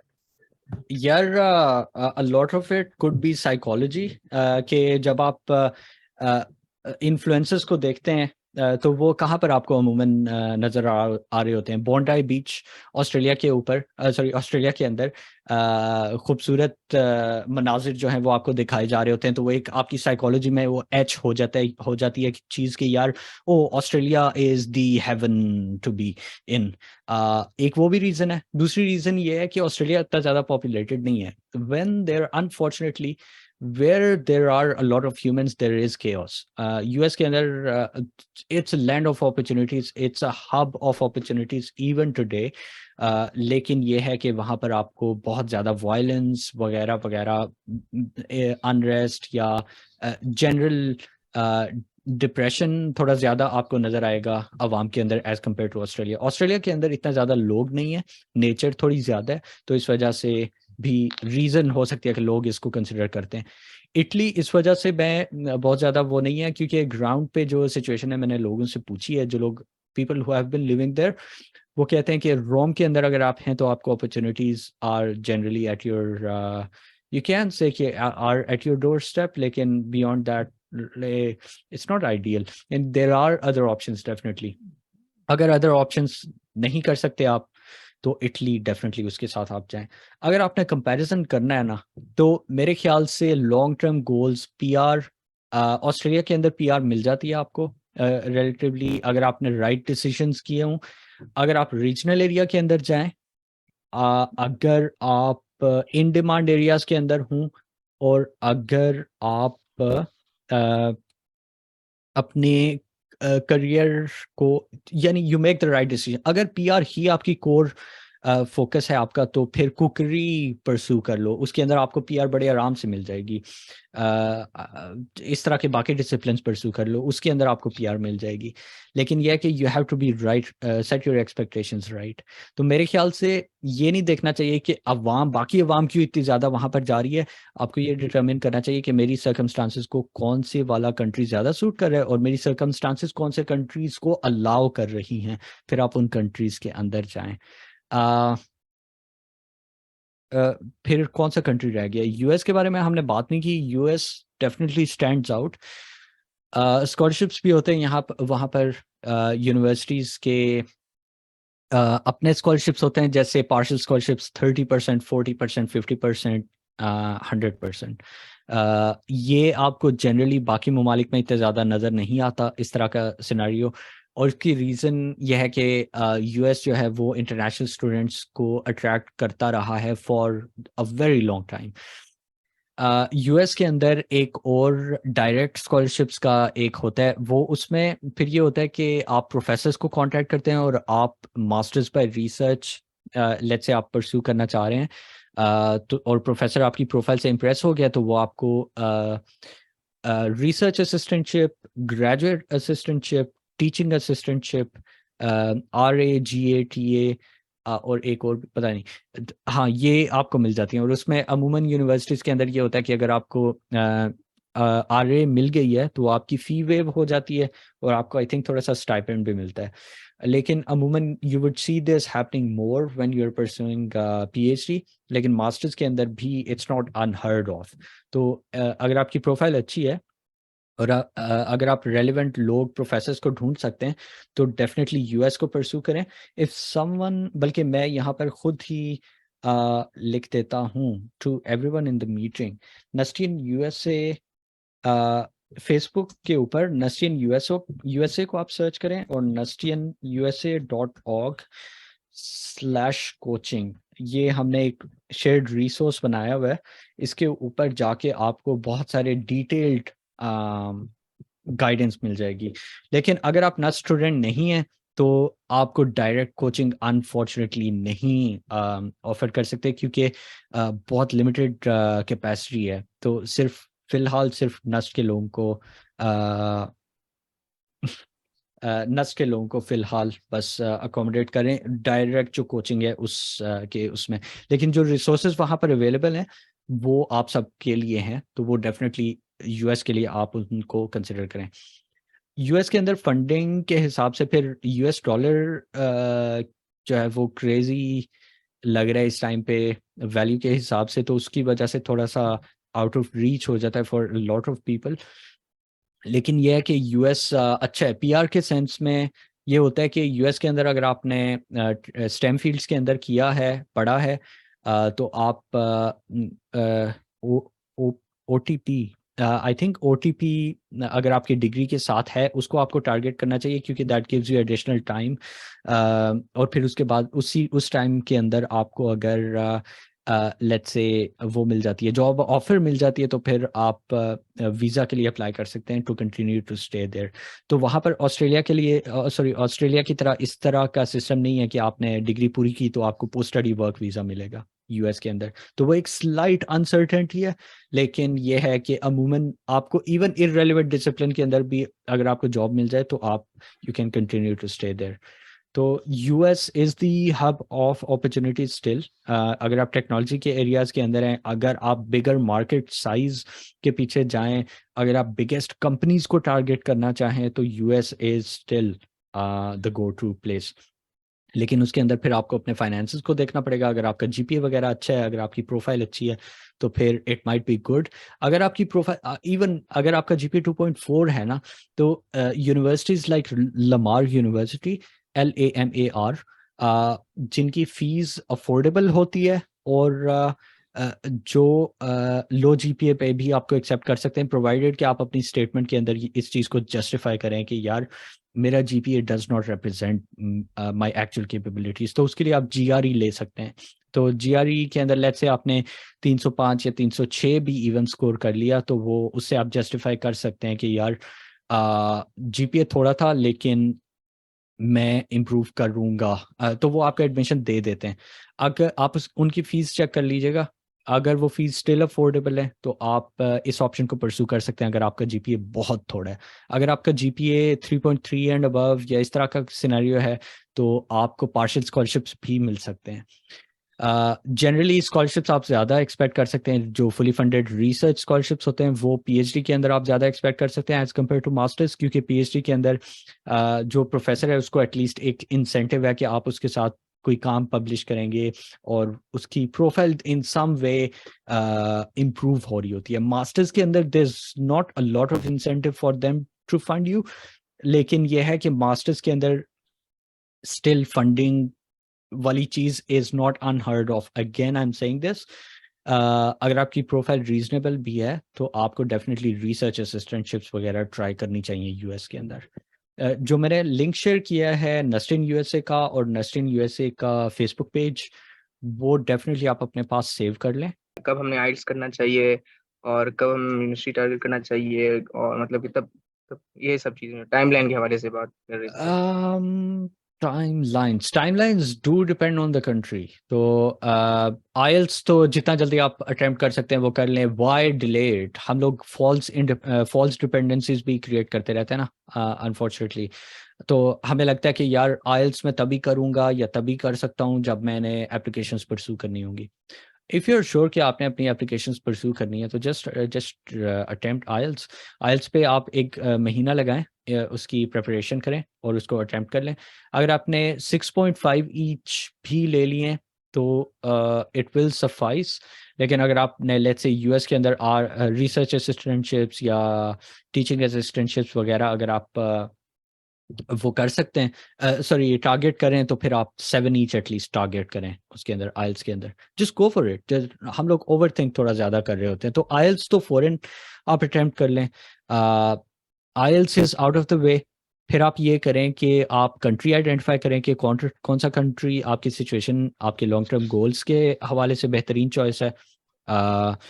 कंट्री आपने डिसाइड कर लिया, फिर उस कंट्री के हिसाब से आप अपनी एप्लीकेशन शुरू करते हैं। यूएस का ये है कि मेरे ख्याल से आपको एप्लीकेशन अगस्त, जुलाई अगस्त के अंदर आपको एप्लीकेशन शुरू कर देनी चाहिए। तो this is the right time to start getting ready for US applications. US की डेडलाइंस मेरे ख्याल से अक्टूबर, नवंबर, दिसंबर और जनवरी तक भी होती हैं। तो be ahead of time. GRE अगर आपने लेना है तो जीआरई की तैयारी के लिए आप 1 महीना भी दे सकते हैं, 2 महीने भी दे सकते हैं और 3 महीने भी दे सकते हैं। तो इट रियली डिपेंड्स कि आपकी लर्निंग कर्व कैसी है। जीआरई के लिए आप मगूश यूज कर सकते हैं। आप जीआरई के लिए स्कॉलरडेन यूज कर सकते हैं। तो जीआरई की तैयारी सिग्निफिकेंट होती है और जीआरई का score can help you a lot as well. तो जीआरई भी कम्स इनटू प्ले अगर आपने यूएस को परस्यू करना है। तो लेट्स से आपने 1 महीना या 2 महीने उसको दिए जीआरई की तैयारी को, फिर आपने जीआरई अटेम्प्ट कर लिया। जीआरई का स्कोर जैसे ही आता है, you have your IELTS score in hand as well. आपकी सारी जब आपने आइल्ट्स का स्कोर, सॉरी आइल्ट्स का टेस्ट परस्यू कर रहे थे, तो उस टाइम पे आप अपनी डिग्री भी ले लें बैचलर्स की जो यूनिवर्सिटी से, क्योंकि वो आपके काम आएगी। सो डिग्री, ट्रांसक्रिप्ट लें, एचईसी से अटेस्ट करा लें अपनी डिग्री और ट्रांसक्रिप्ट की 2 या 3 कॉपीज एटलीस्ट निकलवा लें। और जो ओरिजिनल ट्रांसक्रिप्ट होती है, ऑफिशियल ट्रांसक्रिप्ट, उसको आप अटेस्ट करा लें और डिग्री भी आप अटेस्ट करा लें एचईसी से इन टाइम, ताकि आप बाद में लास्ट मिनट पे आप पैनिक अटैक्स ना हो रहे हों आपको। तो वेट करने का फ़ायदा क्या है? जैसे ही आप ग्रेजुएट होते हैं और डिग्री वगैरह अवेलेबल होती हैं तो वो कर लें और अटेस्ट करा लें, निकलवा लें, फिर अटेस्ट करा लें, फिर आइल्स अटेम्प्ट कर लें, फिर जीआरई को अटेम्प्ट कर लें और फिर ज़ाहिर है आपने यूनिवर्सिटी शॉर्ट लिस्ट की होंगी तो यूनिवर्सिटीज़ के अंदर अप्लाई भी करें। लेटर ऑफ रिकमेंडेशन अमूमन प्रोफेसर्स की ईमेल्स में जाएंगे, तो प्रोफेसर्स को भी, प्रोफेसर्स कह रहा हूँ, जो आपके लेक्चर्स होते हैं जिनसे आप लेटर ऑफ रिकमेंडेशन लेंगे, उनको ऑन बोर्ड ले लें कि सर मैं ये परस्यू कर रहा हूँ। तो अगर आपको ईमेल्स वगैरह आएंगी तो ये मैं आपको टेम्पलेट देता हूँ, इसमें से आप उठा के उनको अगर आप देना चाहें कंटेंट, ताकि आप उनके लिए एफर्ट जितनी कम कर सकते हो वो आपको टारगेट करना चाहिए। तो आप उनको एक बनी बनाई टेम्पलेट दे दो कि ये है। अगर तो लेटर अपलोड करने का कहा यूनिवर्सिटी ने तो उनके लिए इजी हो जाएगा, वो वही चीज़ उठा के अपलोड कर देंगे और देयर डन। और अगर वो यूनिवर्सिटी क्वेश्चनर फॉर्मेट में चीज़ें पूछती है तो वो कॉपी और पेस्ट कर सकते हैं या एटलीस्ट कंटेंट की इंस्पिरेशन ले सकते हैं। तो हाँ, does this address your question Abdul Momin? अभी हम टॉपिक को एड्रेस करें। सर हमने यूनिवर्सिटीज़ भी डिस्कस कर लिया, यूनिवर्सिटीज़ किस तरह से चूज़ करनी है और कंट्री भी। अब मेरे ख्याल में वीज़ा प्रोसेस पे आ जाते हैं कि क्या हिंड्रेंस आती है, क्या चीज़ें कंसिडर करनी चाहिए वीज़ा एप्लीकेशन में। ये हाँ, कुछ बच्चों ने सवाल किया था, कुछ अटेंडीज ने 196, 197 और इस तरह के कुछ कोड्स थे, वो वीज़ास का पूछ रहे थे। वो एक डिफरेंट स्टोरी है। वो वाले वीज़ाज परमानेंट रेजिडेंस के वीज़ाज हैं। वो राइट बट हाई वाला राउट नहीं है, तो इट्स अ कम्प्लीटली डिफरेंट राउट। आपने एप्लीकेशंस परस्यू कर ली, एप्लीकेशंस लॉन्च कर दी और लेट्स से आपको आपके 2 या 3, सॉरी आपने 4 जगहों पे अप्लाई किया और उनमें से आपको 2 से एक्सेप्टेंस आ गई, तो आप एटलीस्ट डिसाइड कर सकते हैं कि यार कौन सी यूनिवर्सिटी के साथ मैंने जाना है। लेकिन एक बेस्ट प्रैक्टिस ये है कि आप सिर्फ उसी के साथ, you don't just go with one country, at least आप एक और कंट्री को भी परस्यू कर लें। अगेन एज आई सेड कि आप जितनी अपनी ऑप्शंस एक्सपैंड कर सकते हैं उतना ज़्यादा अपनी ऑप्शंस को एक्सपैंड करें, बाकी ममालिक कंसिडर कर लें, और बाकी ममालिक में एटलीस्ट एडमिशन ऑफर लेटर ले लेना, ताकि अगर लेट्स से यूएस से सारी रिजेक्शंस आ जाती हैं तो बैकअप में मेरे पास फलां ऑप्शन होगा लेट्स से। तो वो वाली चीज़ while you are doing the same thing, जैसे आइल्स है और डिग्री निकलवाई, वो अटेस्ट कराई, तो why not pursue another country in parallel. और अगर वो एग्जैक्टली सर। हाँ, अगर वो पैरेलल के अंदर नहीं अच्छा, you might go overboard with this when you try and pursue 3 or 4 or 5 countries. So I would say 2 or max 3 is a good way to go about it. Job experience क्या relevant है admission के अंदर? US के अंदर आपकी profile holistically देखी जाती है, यानी कि वो आपका जीआरई भी देखेंगे, वर्क एक्सपीरियंस भी देखेंगे, और आपका जीपीए भी देखेंगे। ऑस्ट्रेलिया के अंदर अगर आप कोर्स वर्क डिग्रीज कर रहे हैं तो अगर आपके 55% भी मार्क्स हैं तो वो आपको बड़े आराम से एक्सेप्ट करेंगे, और वो आपसे कहेंगे कि पैसे लाओ और just study with us. UK के अंदर भी यही सिनारियो है, यूके भी कहेगा कि हमें आपके पैसे चाहिए, तो वो भी आपको बड़े आराम से एडमिशन ऑफर कर देंगे। UK is also a good option to pursue.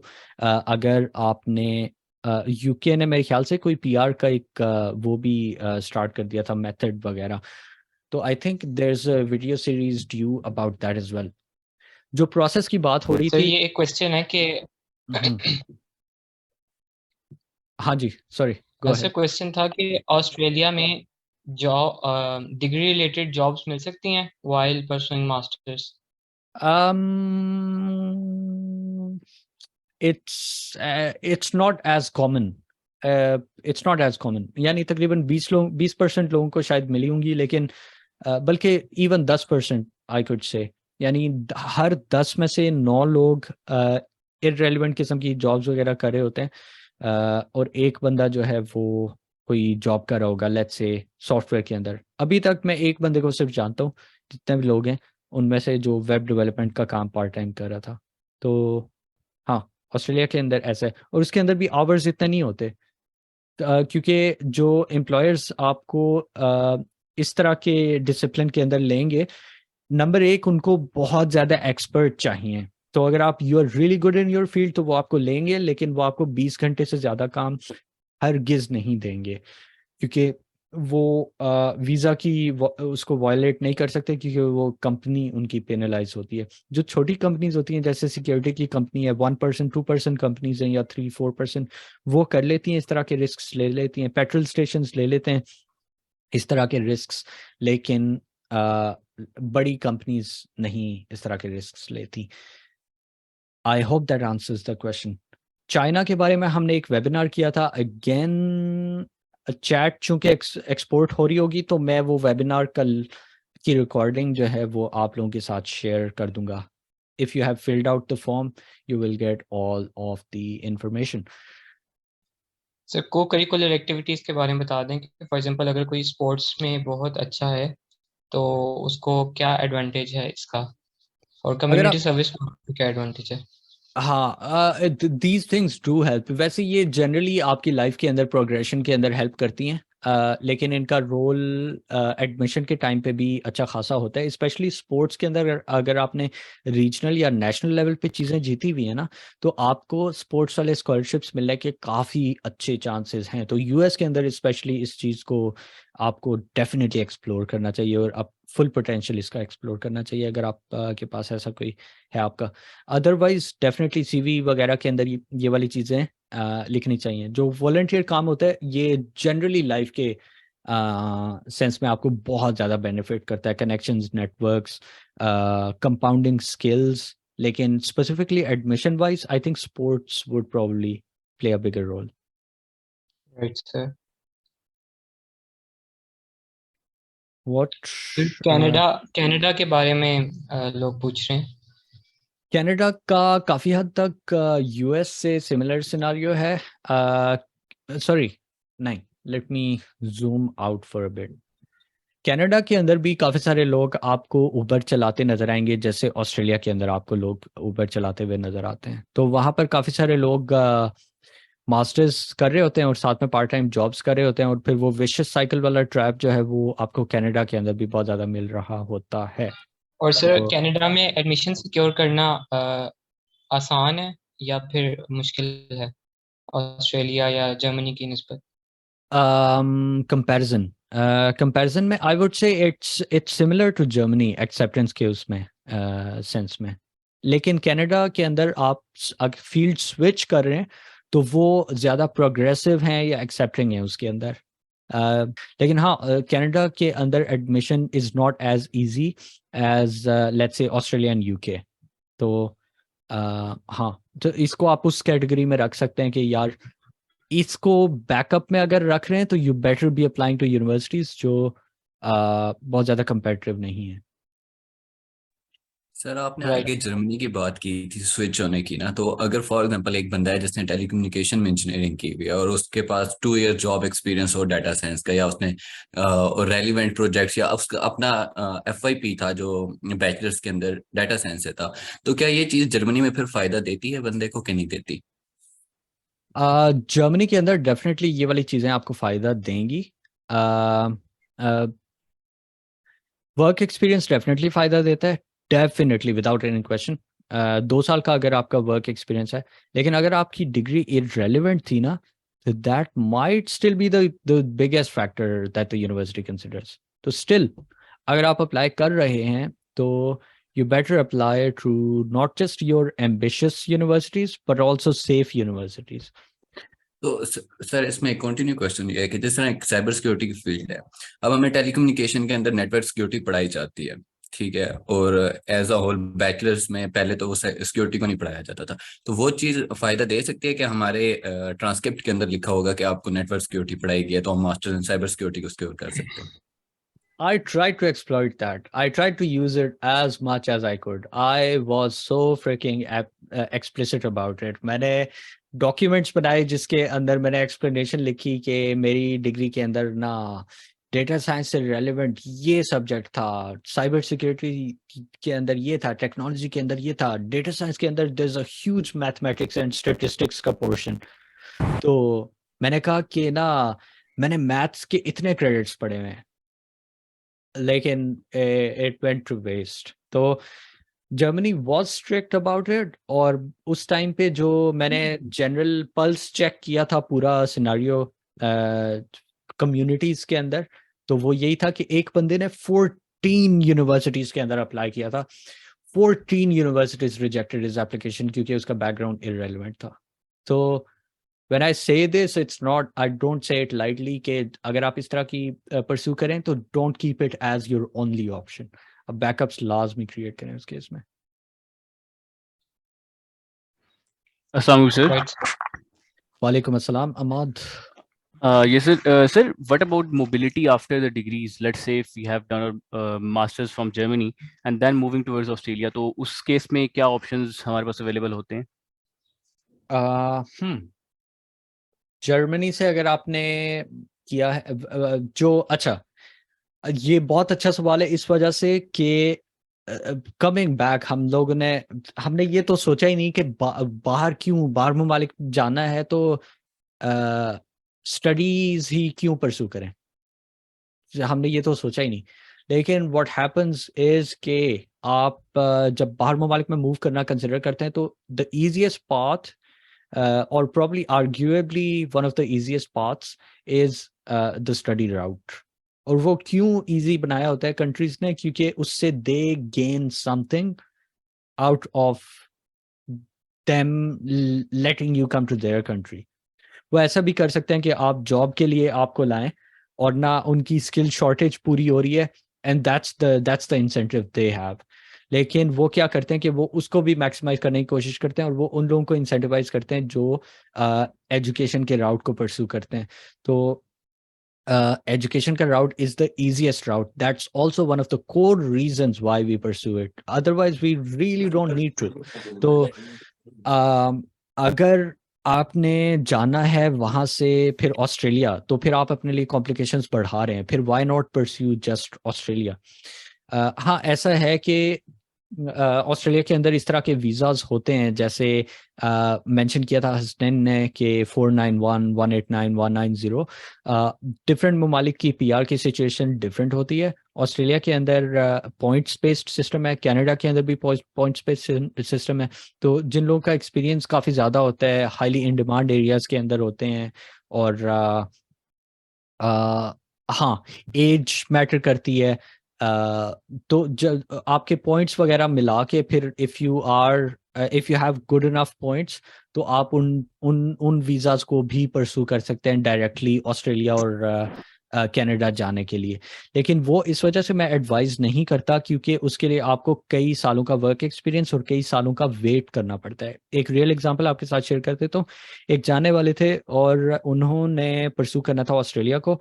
He spent 5 years pursuing direct PR. तो अगर मेरी फिलॉसफी या मेरा अंडरस्टैंडिंग या मेरी अप्रोच ये होती है कि आपकी जिंदगी के साल है ना, तो लेट्स से आपने 2022 में पीआर को परसू करना शुरू किया था और 2027 में जाके आपके कोई प्रोस्पेक्ट्स बनना शुरू हुए डायरेक्ट पीआर में, जबरदस्त, नाइस यार, आपने पैसे सेव कर लिए जो आपने मास्टर्स के ऊपर लगाने थे। लेकिन अगर वो आप पैसे आप कहीं से अरेंज कर सकते थे, even through some really drastic measure, जैसे कोई एसेट बेचना, कोई इवन रेजिडेंस वाला घर बेच के आपने रेंट पे, लेट्स से आपके घर वाले चले गए, फिर भी आपने 2022 में वो शुरू की थी डिग्री, 2024 में आपने डिग्री कंप्लीट कर ली, और अगर आपने चूंकि वो पैसे जो है उससे अपनी पूरी डिग्री फंड की है, तो आपने डिग्री पे अच्छा खासा ध्यान दिया होगा, तो फिर यू नो योर क्राफ्ट, फिर you should be able to get a job, फिर you should be able to get a PR as well, क्योंकि आप सारे लोग जनरली स्टेम फील्ड्स के अंदर ही होते हैं। तो प्रोवाइडेड कि आप रीजनल एरिया, लेट्स से इस तरह के कैविएट्स को भी कंसिडर करें कि यार रीजनल एरिया के अंदर जा रहे हैं, इन डिमांड एरिया को परसू कर रहे हैं और अपनी पढ़ाई के ऊपर तवज्जो दे रहे हैं, अगर आपने पढ़ाई वाले राउट से पीआर वो लेनी है, तो 2024 में आप ग्रेजुएट हुए थे, आपको $80,000 की जॉब मिली है, उसमें से आप लेट्स से अपना खर्चा कम करके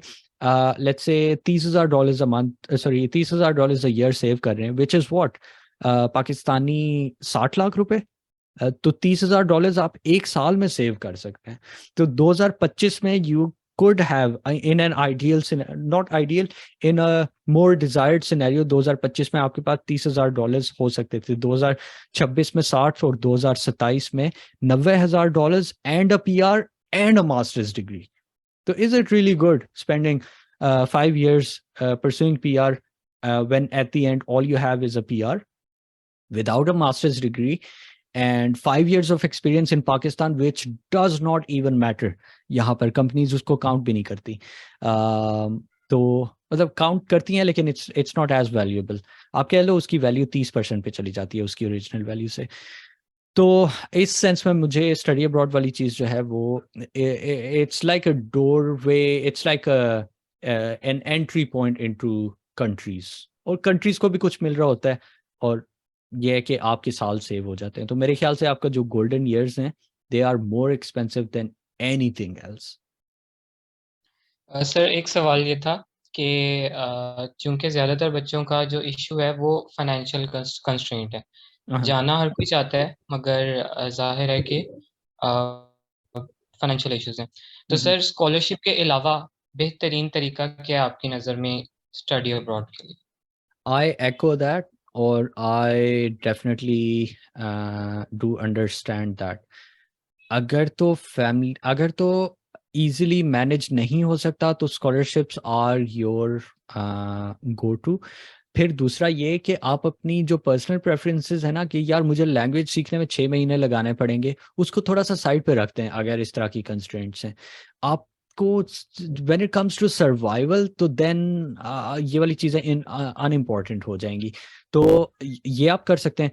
तो एक और चीज़ आप कर सकते हैं कि अगर आपका जीपीए बहुत अच्छा है, तो ऑर्गेनाइजेशंस के फंडेड स्कॉलरशिप्स होते हैं, वो आप एक्सप्लोर कर सकते हैं। एचईसी के स्कॉलरशिप्स होते हैं, वो आप एक्सप्लोर कर सकते हैं। इफ नथिंग, तो एटलीस्ट एचईसी के स्कॉलरशिप्स आप कंसिडर कर सकते हैं। उसमें एक प्रॉब्लम ये है कि they require you to come back to Pakistan. तो पीआर वाला सीन थोड़ा सा वो हो जाएगा, ऑफ हो जाएगा। लेकिन स्टिल अगर आप worst of the worst situation के अंदर भी थे ना, और आप let's say worst of the worst situation के अंदर भी पाकिस्तान के कंपैरिजन में एटलीस्ट एक masters degree from another country is much better. तो अगर आप वो कर सकते हैं तो वो भी करें।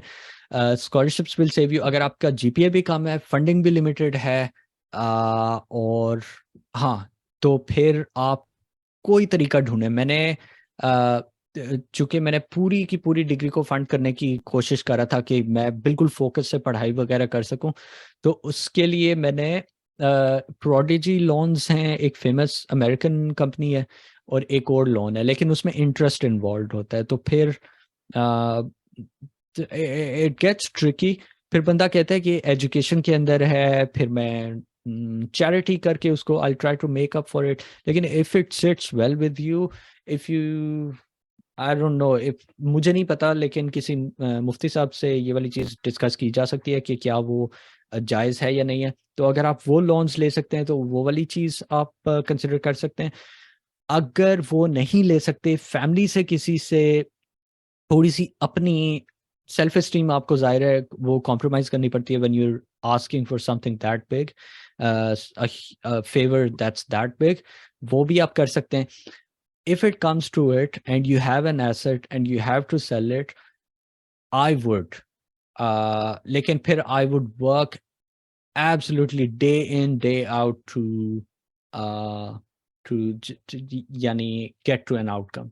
लेकिन last resort यही है कि आप इस तरह की options को explore करें। Right sir. Sir electrical engineering के लिए तीन वो बता दें मास्टर्स के सब्जेक्ट्स, या कि इलेक्ट्रिकल इंजीनियरिंग के लिए कौन से बेस्ट हैं? ये एक बहुत बड़ा और सिग्निफिकेंट टॉपिक है जिसको एड्रेस करना चाहिए कि चॉइस, करियर चॉइसेस। जैसे अमूमन हमारे यहाँ पाकिस्तान में ये होता है एफएससी के बाद या ए लेवल्स के बाद कि अगर पूरा का पूरा heard of sheep is going towards mechanical engineering, तो हम भी मैकेनिकल इंजीनियरिंग की कतार में लग जाते हैं, exactly sir. Which is not ideal. फिर वो आपको इसी स्टेज पे थर्ड ईयर या फोर्थ ईयर में रियलाइज होता है। तो मुझे ये रियलाइज हो गया था कि electrical engineering, I was able to convince myself, which you should be able to do as well, कि अगर यानी electrical engineering I don't really like it, लेकिन for my future to sustain या for me to survive और for me to I don't know live up to the expectations that have been set, मुझे मेहनत करनी पड़ेगी। तो I managed to do well, reasonably well in my degree despite that I didn't like it, लेकिन फिर I knew कि मुझे electrical engineering परसू नहीं करनी। तो आप बाकी एरियाज को एक्सप्लोर करें। इलेक्ट्रिकल इंजीनियरिंग अगर आपने पढ़ी हुई है, लाजमी नहीं है कि आपको पूरी ज़िंदगी इलेक्ट्रिकल इंजीनियरिंग के का जो पल्लू है उसको पकड़ के रखना है। आप उसको छोड़ भी सकते हैं। आप 21st सेंचुरी की सबसे बड़ी skill is the ability to learn and unlearn. ये आपने सुना होगा ये वाला कोट, और it played out really hugely in recent times. तो आप कंसिडर कर सकते हैं, लेट्स से डेटा साइंस आप कंसिडर कर सकते हैं। डेटा साइंस को कोई भी परस्यू कर सकता है, चाहे आप इलेक्ट्रिकल इंजीनियरिंग में थे, mechanical engineering. I have seen people with physics का background, I have seen people with biology का बैकग्राउंड, बॉटनी का background, you name it, data science के अंदर कोई भी आ सकता है। फिर आप परस्यू कर सकते हैं क्लाउड कंप्यूटिंग, आप परस्यू कर सकते हैं क्योंकि आपने नेटवर्किंग अच्छी खासी पढ़ी होती है इलेक्ट्रिकल इंजीनियरिंग के अंदर। फिर आप नेटवर्क सिक्योरिटी परस्यू कर सकते हैं if it sits well with you. कुछ लोगों का उस तरह का माइंड होता है। मैं ये नहीं कहूँगा कि आप ना out of the blue choose कर लें कि 1 2 3 4 5 अच्छा सही है, मैं लैंड किया हूँ उस पे क्लाउड पे, तो मैं क्लाउड ही परस्यू करूँगा। इसका बेस्ट तरीका ये है कि आप हर एक एरिया के बारे में पढ़ें और what it is like working in that area, what a day looks like working in that area, कौन सी टेक्नोलॉजीज, कौन से टूल्स आप यूज़ कर रहे होते हैं, और ओवरऑल सेंस क्या है। फिर उनमें से जो एरियाज आपको ज़्यादा अपील करते हैं उनके इंट्रोडक्टरी कोर्सेज लें, आई डोंट नो यूडमी पे जाएं या यूट्यूब पे जाएं। यूट्यूब पे अगर आप जाएंगे तो आप थोड़ा सा लॉस्ट भी फील कर सकते हैं क्योंकि करिकुलम उतना ज़्यादा वेल डिफाइंड नहीं होता। तो आई वुड सजेस्ट कि ज़्यादा डिफाइंड करिकुलम वाले जो कोर्सेज हैं यूडमी पे थोड़ा इन्वेस्ट कर लें या कोर्सेरा पे स्कॉलरशिप वगैरह लेने की कोशिश करें। अगर लेट्स से आपने डेटा साइंस और आप नेटवर्क सिक्योरिटी का कंपैरिजन कर रहे थे, आप एक कोर्स करें और उससे रेलिवेंट एक बिगिनर प्रोजेक्ट करें। अगर आपको ना पता चले कि कौन से वाला एरिया आपको अपील करता है, इट्स जस्ट अनलाइकली कि ऐसा होगा। तो आप इस तरह से एरियाज आइडेंटिफाई करें। अगर आपको लगता है कि आपके पास टाइम बहुत लिमिटेड है तो इन डिमांड एरियाज में नेम कर देता हूँ इलेक्ट्रिकल इंजीनियर्स जिनको कंसिडर कर सकते हैं। नेटवर्किंग के अंदर आप जा सकते हैं। नेटवर्क वर्चुअलाइजेशन, इसके बारे में मुनीब कैन टॉक मोर क्योंकि Munib has worked in area similar to this. आप डेटा साइंस के अंदर जा सकते हैं, आप साइबर सिक्योरिटी के अंदर जा सकते हैं, आप आर्टिफिशियल इंटेलिजेंस के अंदर जा सकते हैं। आर्टिफिशियल इंटेलिजेंस को किसी भी फील्ड के अंदर आप इंटीग्रेट कर सकते हैं। इवन सीएस के अंदर आप जा सकते हैं, लेकिन इट डिपेंड्स कि आपकी इंक्लिनेशन किस तरफ है।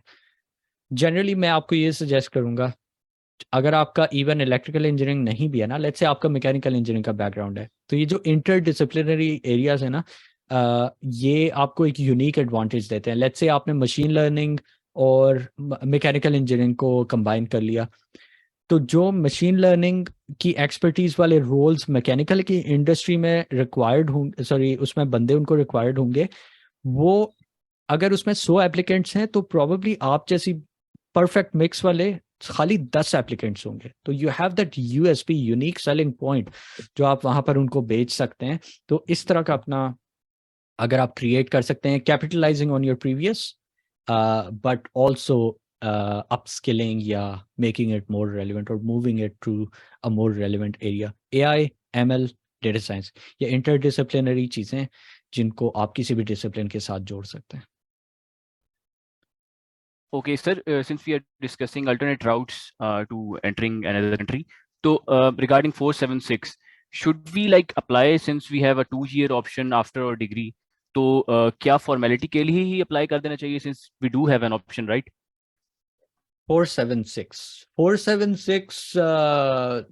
मेरी सख्त बैड बुक्स के अंदर है, यानी it's probably the last option that I will go to. उसकी रीज़न ये है कि 476 के अंदर आपके पास टाइम काफ़ी लिमिटेड होता है। पहले जो 4 महीने होते हैं ना किसी नए कंट्री में मूव होके, उसमें आप अपना चीज़ें सेटल होने में, दिमाग को सेटल होने में, registrations, bank account, getting a car वगैरह वगैरह के अंदर वो टाइम गुजर जाता है। तो you are left with 14 months. और फिर ये टेम्पररी वीज़ा है, तो इसकी ऊपर जो परमानेंट जॉब्स हैं, सॉरी परमानेंट कह रहा हूँ, जो फुल टाइम जॉब्स हैं वो मिलना बहुत लेस लाइकली होता है unless you are very skilled.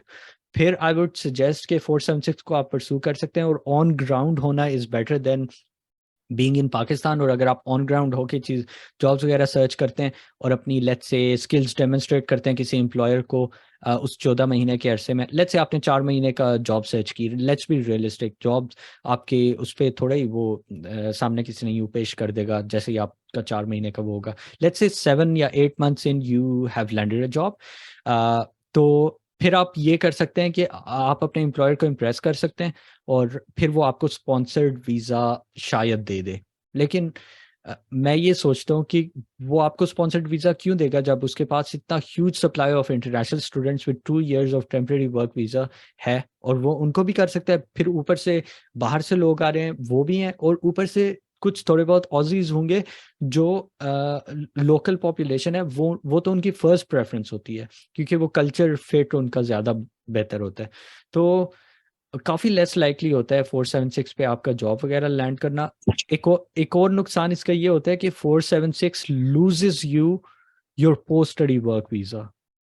यानी कि अगर आपने 476 को परसू किया है और फिर 476 के अंदर आपने, काफ़ी सारे लोग ऐसे करते होते थे कि 476 के अंदर आपने अपना प्राइमरी फोकस, यू न्यू के फुल टाइम जॉब मुश्किल है, तो आपने अपना प्राइमरी फोकस, अटेंशन सारा का सारा इस चीज़ पे रखा कि मैं इस अरसे में जितना पैसे जमा कर सकता हूँ करूँ, और आपने let's say 40,000 Australian dollar save कर लिया इस अरसे के अंदर, तो उससे आपने अपनी एक मास्टर्स डिग्री फंड कर ली लेट्स से 18 महीने के बाद। उस मास्टर्स डिग्री को फंड करने के बाद आपको पोस्ट स्टडी वर्क वीज़ा नहीं मिलेगा क्योंकि आपने 476 अवेल कर लिया है। तो वो पीआर आपको ना तकरीबन लाले पड़े हुए होते हैं कि यार अब मुझे पीआर इस पढ़ाई के दौरान ही लेनी है, otherwise I am going back to Pakistan. तो वो वाली चीज़ की जा सकती है when you have absolutely no other option. लेकिन फिर एक और प्रॉब्लम ये आता है कि 476 की अब मेरे ख्याल से ओवर 2 years लग रहे थे। अभी रिसेंटली क्या सिनारियो है ये मुझे नहीं पता, लेकिन एग्जैक्टली सर, ऑलमोस्ट 2 years। तो is it really worth it? अगर आप just for the sake of applying करना है टू कीप एन ऑप्शन, तो वो बंदा कर सकता है। मेरे भाई ने इस तरह किया हुआ था और he ended up going to Norway. लेकिन वो वीज़ा जो है वो फिर हम नॉर्वे में जाके 1 साल गुजार दिया, मास्टर ज़्यादा कंप्लीट कर दिया, फिर भी वो वीज़ा वहीं था, and then we decided to cancel that visa application. तो हाँ, इसमें अच्छा खासा टाइम लगता है। तो आपने just for the sake of यानी लेट्स से कोई फैमिली सर्कमस्टांस है, आपने just for the sake of it apply कर दिया हुआ है, जस्ट इन केस फ्यूचर में अगर कोई फिर आप जाते और कोई और आपका स्कॉलरशिप जीपीए बड़ा थोड़ा था, फाइनेंसेस बिल्कुल तकरीबन कोई थे ही नहीं, एसेट भी नहीं था, फिर मेरे ख्याल से ये वाली चीज़ आप कर सकते हैं कि इसको आप यूज़ करें, क्योंकि 40,000 डॉलर्स आप सेव कर सकते हैं 14, 15, 16 महीने के अंदर। और उसको लेके आप एटलीस्ट अपनी एक मास्टर्स डिग्री फंड कर लें। मास्टर्स डिग्री अगर आपने की हुई है तो मेरे ख्याल से आपको 5 एक्स्ट्रा पॉइंट्स, सॉरी, अगर आपने रीजनल से की हुई है और मास्टर्स डिग्री की है तो आपको 10 एक्स्ट्रा पॉइंट्स टुवर्ड्स पीआर मिलते हैं, तो आपकी ज़ाहिर लाइक्लीहुड बढ़ जाता है पीआर का। तो this should be absolute last resort, लेकिन it is an option. Sir इसमें मेरा एक क्वेश्चन है कि 491 इससे आगे 476 के बाद 491 अप्लाई कर सकते हैं, तो उसके बारे में अगर आप हाँ हाँ, आप 491 के लिए अप्लाई कर सकते हो, लेकिन 491 में भी वो पॉइंट्स वाला सिस्टम होता है। 491 रीजनल के लिए है, तो लेट्स से आपने अपना वो उसके 491 के अंदर अप्लाई कर दिया, इन डिमांड एरिया के अंदर अगर आप थे, चांसेस हैं वैसे, thank you for bringing it up, 491 आप कर सकते हो उसके बाद। लेकिन अगेन 2 साल का वेट, उससे बेहतर यह है कि आप पाकिस्तान में बैठे हुए ही 491 लॉन्च कर दो अगर आप कर सकते हो तो हाँ, मेरे ख्याल से बेस्ट अप्रोच ये भी हो सकती है कि अगर आप 491 की एप्लीकेशन भी लॉन्च कर दो, साथ में वो 476 भी परसू कर लो, और 476 फॉर अदर्स, फॉर कॉन्टेक्स्ट, जो वाशिंगटन अकॉर्ड अक्रेडिटेड डिग्रीज हैं, वो are eligible to apply for 18 months of work visa, temporary work visa. लेकिन उसके अंदर प्रोसेसिंग टाइम अब तकरीबन 2 साल है, तो वो अब आपको it probably make sense. Sir 491 TR में 5 ईयर का नहीं होता इसमें? 491 की टीआर, वेट, नहीं, ये आप क्या कह रहे हो? 476 टीआर सर, इसकी टेम्परेरी रेजिडेंसी, इसकी 5 ईयर का टेम्परेरी रेजिडेंस वीजा होता है। 491 की बात कर रही हो या 476 की बात कर रहे हो? सर मैं 491 की बात कर रहा हूँ। 491 आप इधर से 476 पे जाते हैं या इधर से आप 491 भी अप्लाई कर देते हैं और आपको एक वीजा मिल जाता है। 476 तो 18 मंथ का ना, और 491 5 ईयर का टीआर। 491 जो है, रेजिडेंसी इसकी 491 इज परमानेंट रेजिडेंस, यानी प्रोविजनल परमानेंट रेजिडेंस है 491। तो रीजनल एरियाज आपको स्टेट नॉमिनेशन, यानी जो ऐसा एरिया जो लेस पॉपुलेटेड है उसकी स्टेट आपको कहती है कि सही है, वो आपको इनवाइट भेजती है कि सही है, we need people like you. आपने एक्सप्रेशन ऑफ इंटरेस्ट लॉन्च किया हुआ था, उस स्टेट ने कहा कि सही है, हम आपका ईओआई एक्सेप्ट करते हैं, आपको ये 491 हम देते हैं। तो 491 प्रोविजनल पीआर है, 491 के बाद आपको फुल पीआर मिल जाती है इस अरसा पूरा करने के बाद। लेकिन इसमें वो वही वाला सिस्टम है, पॉइंट्स वाला सिस्टम होता है, कंपटीशन होता है और स्टेट आपको नॉमिनेट करती है। तो लेकिन it is more doable than others क्योंकि ये रीजनल है, लेकिन फिर they require you to live in that regional area, तो आप फिर मेट्रोपॉलिटन मेलबर्न नहीं मूव हो सकते या सिडनी नहीं मूव हो सकते। आपको थोड़ी सी उदास ज़िंदगी लेट्स से टस्मानिया या इस तरह के जगहों पे गुजारनी पड़ती है। तो अगर आपके पास फंडिंग वगैरह लिमिटेड है, फिर उस केस में मैं ये सजेस्ट करूँगा कि बंदा 491 को भी परसू कर सकता है।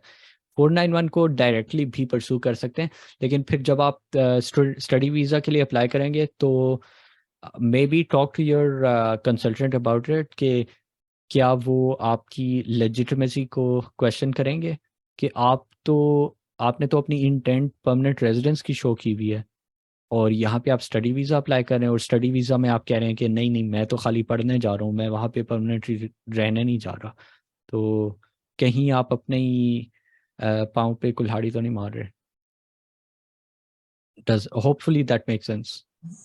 सर लॉन्ग टर्म के हवाले से एक क्वेश्चन था कि मतलब स्टूडेंट्स अगर जो यहाँ से जाते हैं वो स्टार्ट में आप इवेंचुअली जॉब करते हो वहाँ पे डिग्री के बाद, उसके अलावा उसके बाद अगर आप अपना बिजनेस सेटअप करना चाह रहे हो ऑस्ट्रेलिया में या आप बिजनेस भी करना चाह रहे हो वहाँ पे, तो स्टूडेंट्स के लिए वो पॉसिबल है लॉन्ग टर्म के हवाले से?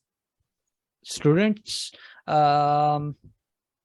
आप फिर परमानेंट रेजिडेंट होगे ना, तो एज परमानेंट रेजिडेंट वो आपके लिए पॉसिबल है, ये आप कह रहे हो? जी जी सर। हाँ, let's say you have overseas के लिए वहाँ पे सेटअप करना बिजनेस अपना, उस हवाले से मैं पूछ रहा हूँ। आई थिंक कि जब आप इतना अरसा गुजार चुके होते हो तो आपके पास PR, if you have played the right cards तो आपको पीआर मिल जानी चाहिए और फिर उसकी बेसिस पे आप अपना बिजनेस वगैरह सेटअप कर सकते हो। लेकिन अगर आप, अच्छा हाँ, ये एक और भी ऑप्शन है कि अगर आप के पास है इन्वेस्टमेंट तो आप डायरेक्टली इन्वेस्टमेंट वीज़ा भी ले सकते हो। आई थिंक $200,000 था ऑस्ट्रेलियन, 200,000, और मेरे ख्याल से कोई a few years वो आपको देता है वो इन्वेस्टमेंट वीज़ा, तो वो भी एक ऑप्शन है। लेकिन आई एम नॉट श्योर 200,000 था या 400,000 था। Difference is huge, so definitely worth checking. Immigration Australia की वेबसाइट मैं आप लोगों के साथ शेयर कर देता हूँ। काफ़ी सारी डिस्कशन ऑस्ट्रेलिया के बारे में थी, तो ये मत समझिएगा कि Australia is the prime destination to be. अपने जो सर्कमस्टांसेस है वो देख के डिसाइड कीजिएगा कि कौन सा ज़्यादा वो है, based on what sir we have discussed. जैसे हमने सिर्फ ऑस्ट्रेलिया और यूरोप की बात की, लेकिन आजकल बहुत सारी स्कॉलरशिप इस तरह की भी हैं और बहुत सी अच्छी यूनिवर्सिटीज मिडल ईस्ट में भी आ रही हैं, जैसे सऊदीया की आप बात करें, दुबई की बात करें, या इवन अभी बात आती है कि जॉब अपॉर्चुनिटीज के हवाले से बात करें तो कतर भी टॉप ऑफ द लिस्ट का नाम आ रहा है। तो स्टूडेंट्स को उनके हवाले से थोड़ा सा आप गाइड कर दें कि वहाँ पे अगर आपने जाना है तो उसके प्रोज एंड कॉन्स क्या है? मैं इस तरह के ममालिक को बाद में कंसिडर करूंगा, क्योंकि बाहर ममालिक में मूव होने की main motivation to come back to और इनिशियल मोटिवेशन यही थी ना कि हमने एक ऐसे मुल्क में जाना है जहां पर हमारी स्किल्स को डी वैल्यू ना किया जाए और उसको अच्छा पे किया जाए, वन, जहां पर क्वालिटी ऑफ लाइफ अच्छी हो, टू, जहां पर बिजनेस अपॉर्चुनिटीज अच्छी हो, थ्री, लेकिन जहां पर हम लोकेशन इंडिपेंडेंस भी गेन कर सकें, यानी हमारे पास there is always an option, हम second class citizen of the world ना हो, वो भी एक था। तो ये जो ममालिक हैं इनमें ये वाली चीज़ नहीं होती। The best they can do is the golden visa, वो जो है 10 साल का, उससे ज़्यादा नहीं, वो परमानेंट रेजिडेंस की ये ममालिक नहीं देते। तो अगर आप उस सेंस में सोच रहे हो तो आप जा सकते हो। फिर अगेन मैं इनको ऐसे ममालिक के नीचे रखूंगा हायरार्की में, यूएस, यानी ये ममालिक जो परमानेंट रेजिडेंस देते हैं, और उसकी सोल रीज़न यही है कि परमानेंट रेजिडेंस इन ममालिक में नहीं है। प्रॉब्लम ये होता है कि आप अभी वहाँ पर जाओगे, अभी you are young and you are flourishing, you are 25, 26, 27, 10 साल के बाद जब आपका गोल्डन वीज़ा एक्सपायर होगा तो आप 35-36 के होगे, फिर आप दोबारा से उसी cycle of finding an alternate place to be, उसमें चले जाते हो। तो वो एक है। लेकिन अगर ये ममालिक ऑप्शन नहीं है और वो आपके पास वहाँ पर, लेट्स से आपको MBUZAI जो यूनिवर्सिटी है उनकी काफ़ी एडवर्टाइजमेंट्स आ रही थी, लेट्स से उन्होंने आपको स्कॉलरशिप दे दिया और कोई और ऑप्शन आपके पास नहीं बनी, तो it's a no brainer, then go for it.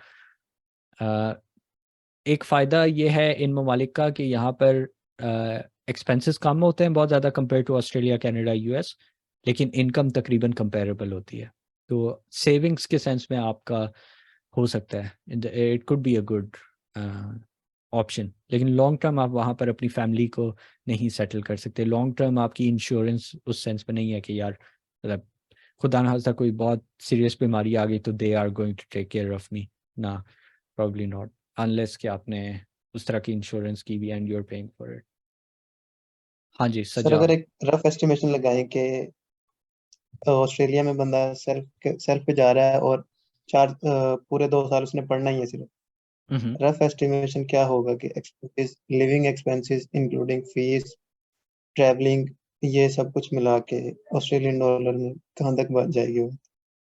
Initial expense आप 23,000 to 25,000 एक्सपेक्ट कर सकते हो। आपकी प्रोफाइल 3.5 के अराउंड थी if I remember correctly Sajjad, आपको ही कंसिडर कर लेते हैं। आपके चांसेस टू गेट अ 50% या 100% स्कॉलरशिप थोड़े से थिन हैं, लेकिन still it does exist. Consider करते हैं कि आपको 25% वाला ही स्कॉलरशिप मिला है, तो फिर आप 25,000 इनिशियल एक्सपेंस आपका रिक्वायर्ड होगा ऑस्ट्रेलियन डॉलर्स, और इसमें आपके पहले 1-2 मंथ्स का लिविंग एक्सपेंस है, आपका मेडिकल, वीज़ा और इस टाइप के सारे जो एक्सपेंसेस होते हैं वो मिला के, और पहली फ़ीस ज़ाहिर है। फ़ीस आई एम एस्टिमेटिंग कि 18,000 है। अगर बढ़ गई है तो ज़ाहिर है फिर इसमें आप थोड़ा सा ऐड कर लेंगे। स्कॉलरशिप के बाद आपकी फ़ीस 15,000 में एक्सपेक्ट करके, अच्छा नहीं, अगर 15,000 है तो फिर 15,000 आफ्टर अप्लाइंग 25% स्कॉलरशिप, तो फिर 22,000 ऑस्ट्रेलियन डॉलर्स आप एक्सपेक्ट कर सकते हैं इनिशियल एक्सपेंस। और फिर एवरी अदर नेक्स्ट सेमेस्टर आप फिर एडिशनल 15,000, अगर आपका 25% scholarship is applicable to your whole degree. मेरे टाइम पे यूनिवर्सिटी ऑफ साउथ ऑस्ट्रेलिया में it was only applicable to the first year, तो you have to check that as well. तो हाँ, that's the maths, 25 plus 15 plus 15 plus 15, और इसमें से एक 15 आप खुद मैनेज कर सकते हो इजीली, दूसरा 15 थोड़ी सी मेहनत करके मैनेज कर सकते हो, तीसरे के लिए अच्छी खासी मेहनत करनी पड़ेगी। सर सिर्फ एक ही मैनेज करना हो, मतलब ये है कि बंदा स्टडी फोकस रहे अपना, और हाँ। Eight the end of the degree फिर सिर्फ उसी पे फोकस करे जैसे आपने किया है कि बस पढ़ा है, और साथ में अभी आप इस चीज़ पे फोकस है कि हमने काम बाद में करना है डिग्री के, ताकि जो हमारी डिग्री वाली प्रोफाइल है वो एकदम बिल्कुल उसमें कोई कमी ना आए। हम्म। उस लिहाज से अगर आप कह रहे हैं कि एक बंदा मैनेज कर सकता है तो एक सेमेस्टर की खुद से मैनेज कर ले, बाकी 3 के घर से मंगवा ले या जैसे भी अरेंज होते हैं उस तरह कर ले, तो फिर मेरा ख्याल है 30 और 55 60 तक बन जाएगी। 25 plus 15 is 40 plus 15 is what, 55, हाँ तकरीबन, हाँ, यस 60 आप अगर आपके पास हैं तो मैनेज हो सकता है, कहीं से अरेंज हुए हैं। आजकल के सिनेरियो के अंदर इट्स रियली टफ। तो लेकिन वो अगेन आई वुड से इट अगेन, अगर कोई एसेट जी वगैरह सर। जमींदार लोग होते हैं जो जाहिर है उनका सोर्स ऑफ इनकम होता है लैंड, तो if one of your pieces of land you can sell, it is worth it. यानी आई हैव सीन, अच्छा मैं एक थोड़ी सी सैड स्टोरीज मैंने आपको आज सुनाई है कि beware of this and beware of that. एक अच्छी स्टोरी भी सुना देता हूँ कि when you are in, when you don't have a lot of options, तो फिर taking just the PR route and sacrificing your career is an option to consider। एक बंदे को मैं जानता हूँ जो कि पाकिस्तान के अंदर बहुत ज़्यादा क्या कह सकते हो आप, हम्बल बैकग्राउंड से था, और उसके 3 भाई, और वो यानी पाकिस्तान के अंदर एक जो सुपर स्टोर है वहाँ पर काम कर रहा था और साथ में पढ़ाई भी कर रहा था। तो वो बैचलर्स के लिए यहाँ पर आया, और बैचलर्स के लिए आने के बाद उसने अपनी डिग्री चेंज कर ली, क्योंकि वीज़ा आसान होता है बैचलर्स पे, तो वो बैचलर्स के लिए आया और फिर उसने अपनी डिग्री चेंज कर ली। और 6 मंथ्स पहले 6 मंथ्स की जो फ़ी लगनी थी वो लगी उसकी, लेकिन उसके बाद उसने चेंज करके कॉलेज में चेंज कर लिया और उसने पेंटिंग सीखना शुरू कर दी। पेंटिंग के लिए मेरे ख्याल से बहुत कम फ़ी होती है, कोई पता नहीं $700 अ मंथ या ऐसा कोई होता है।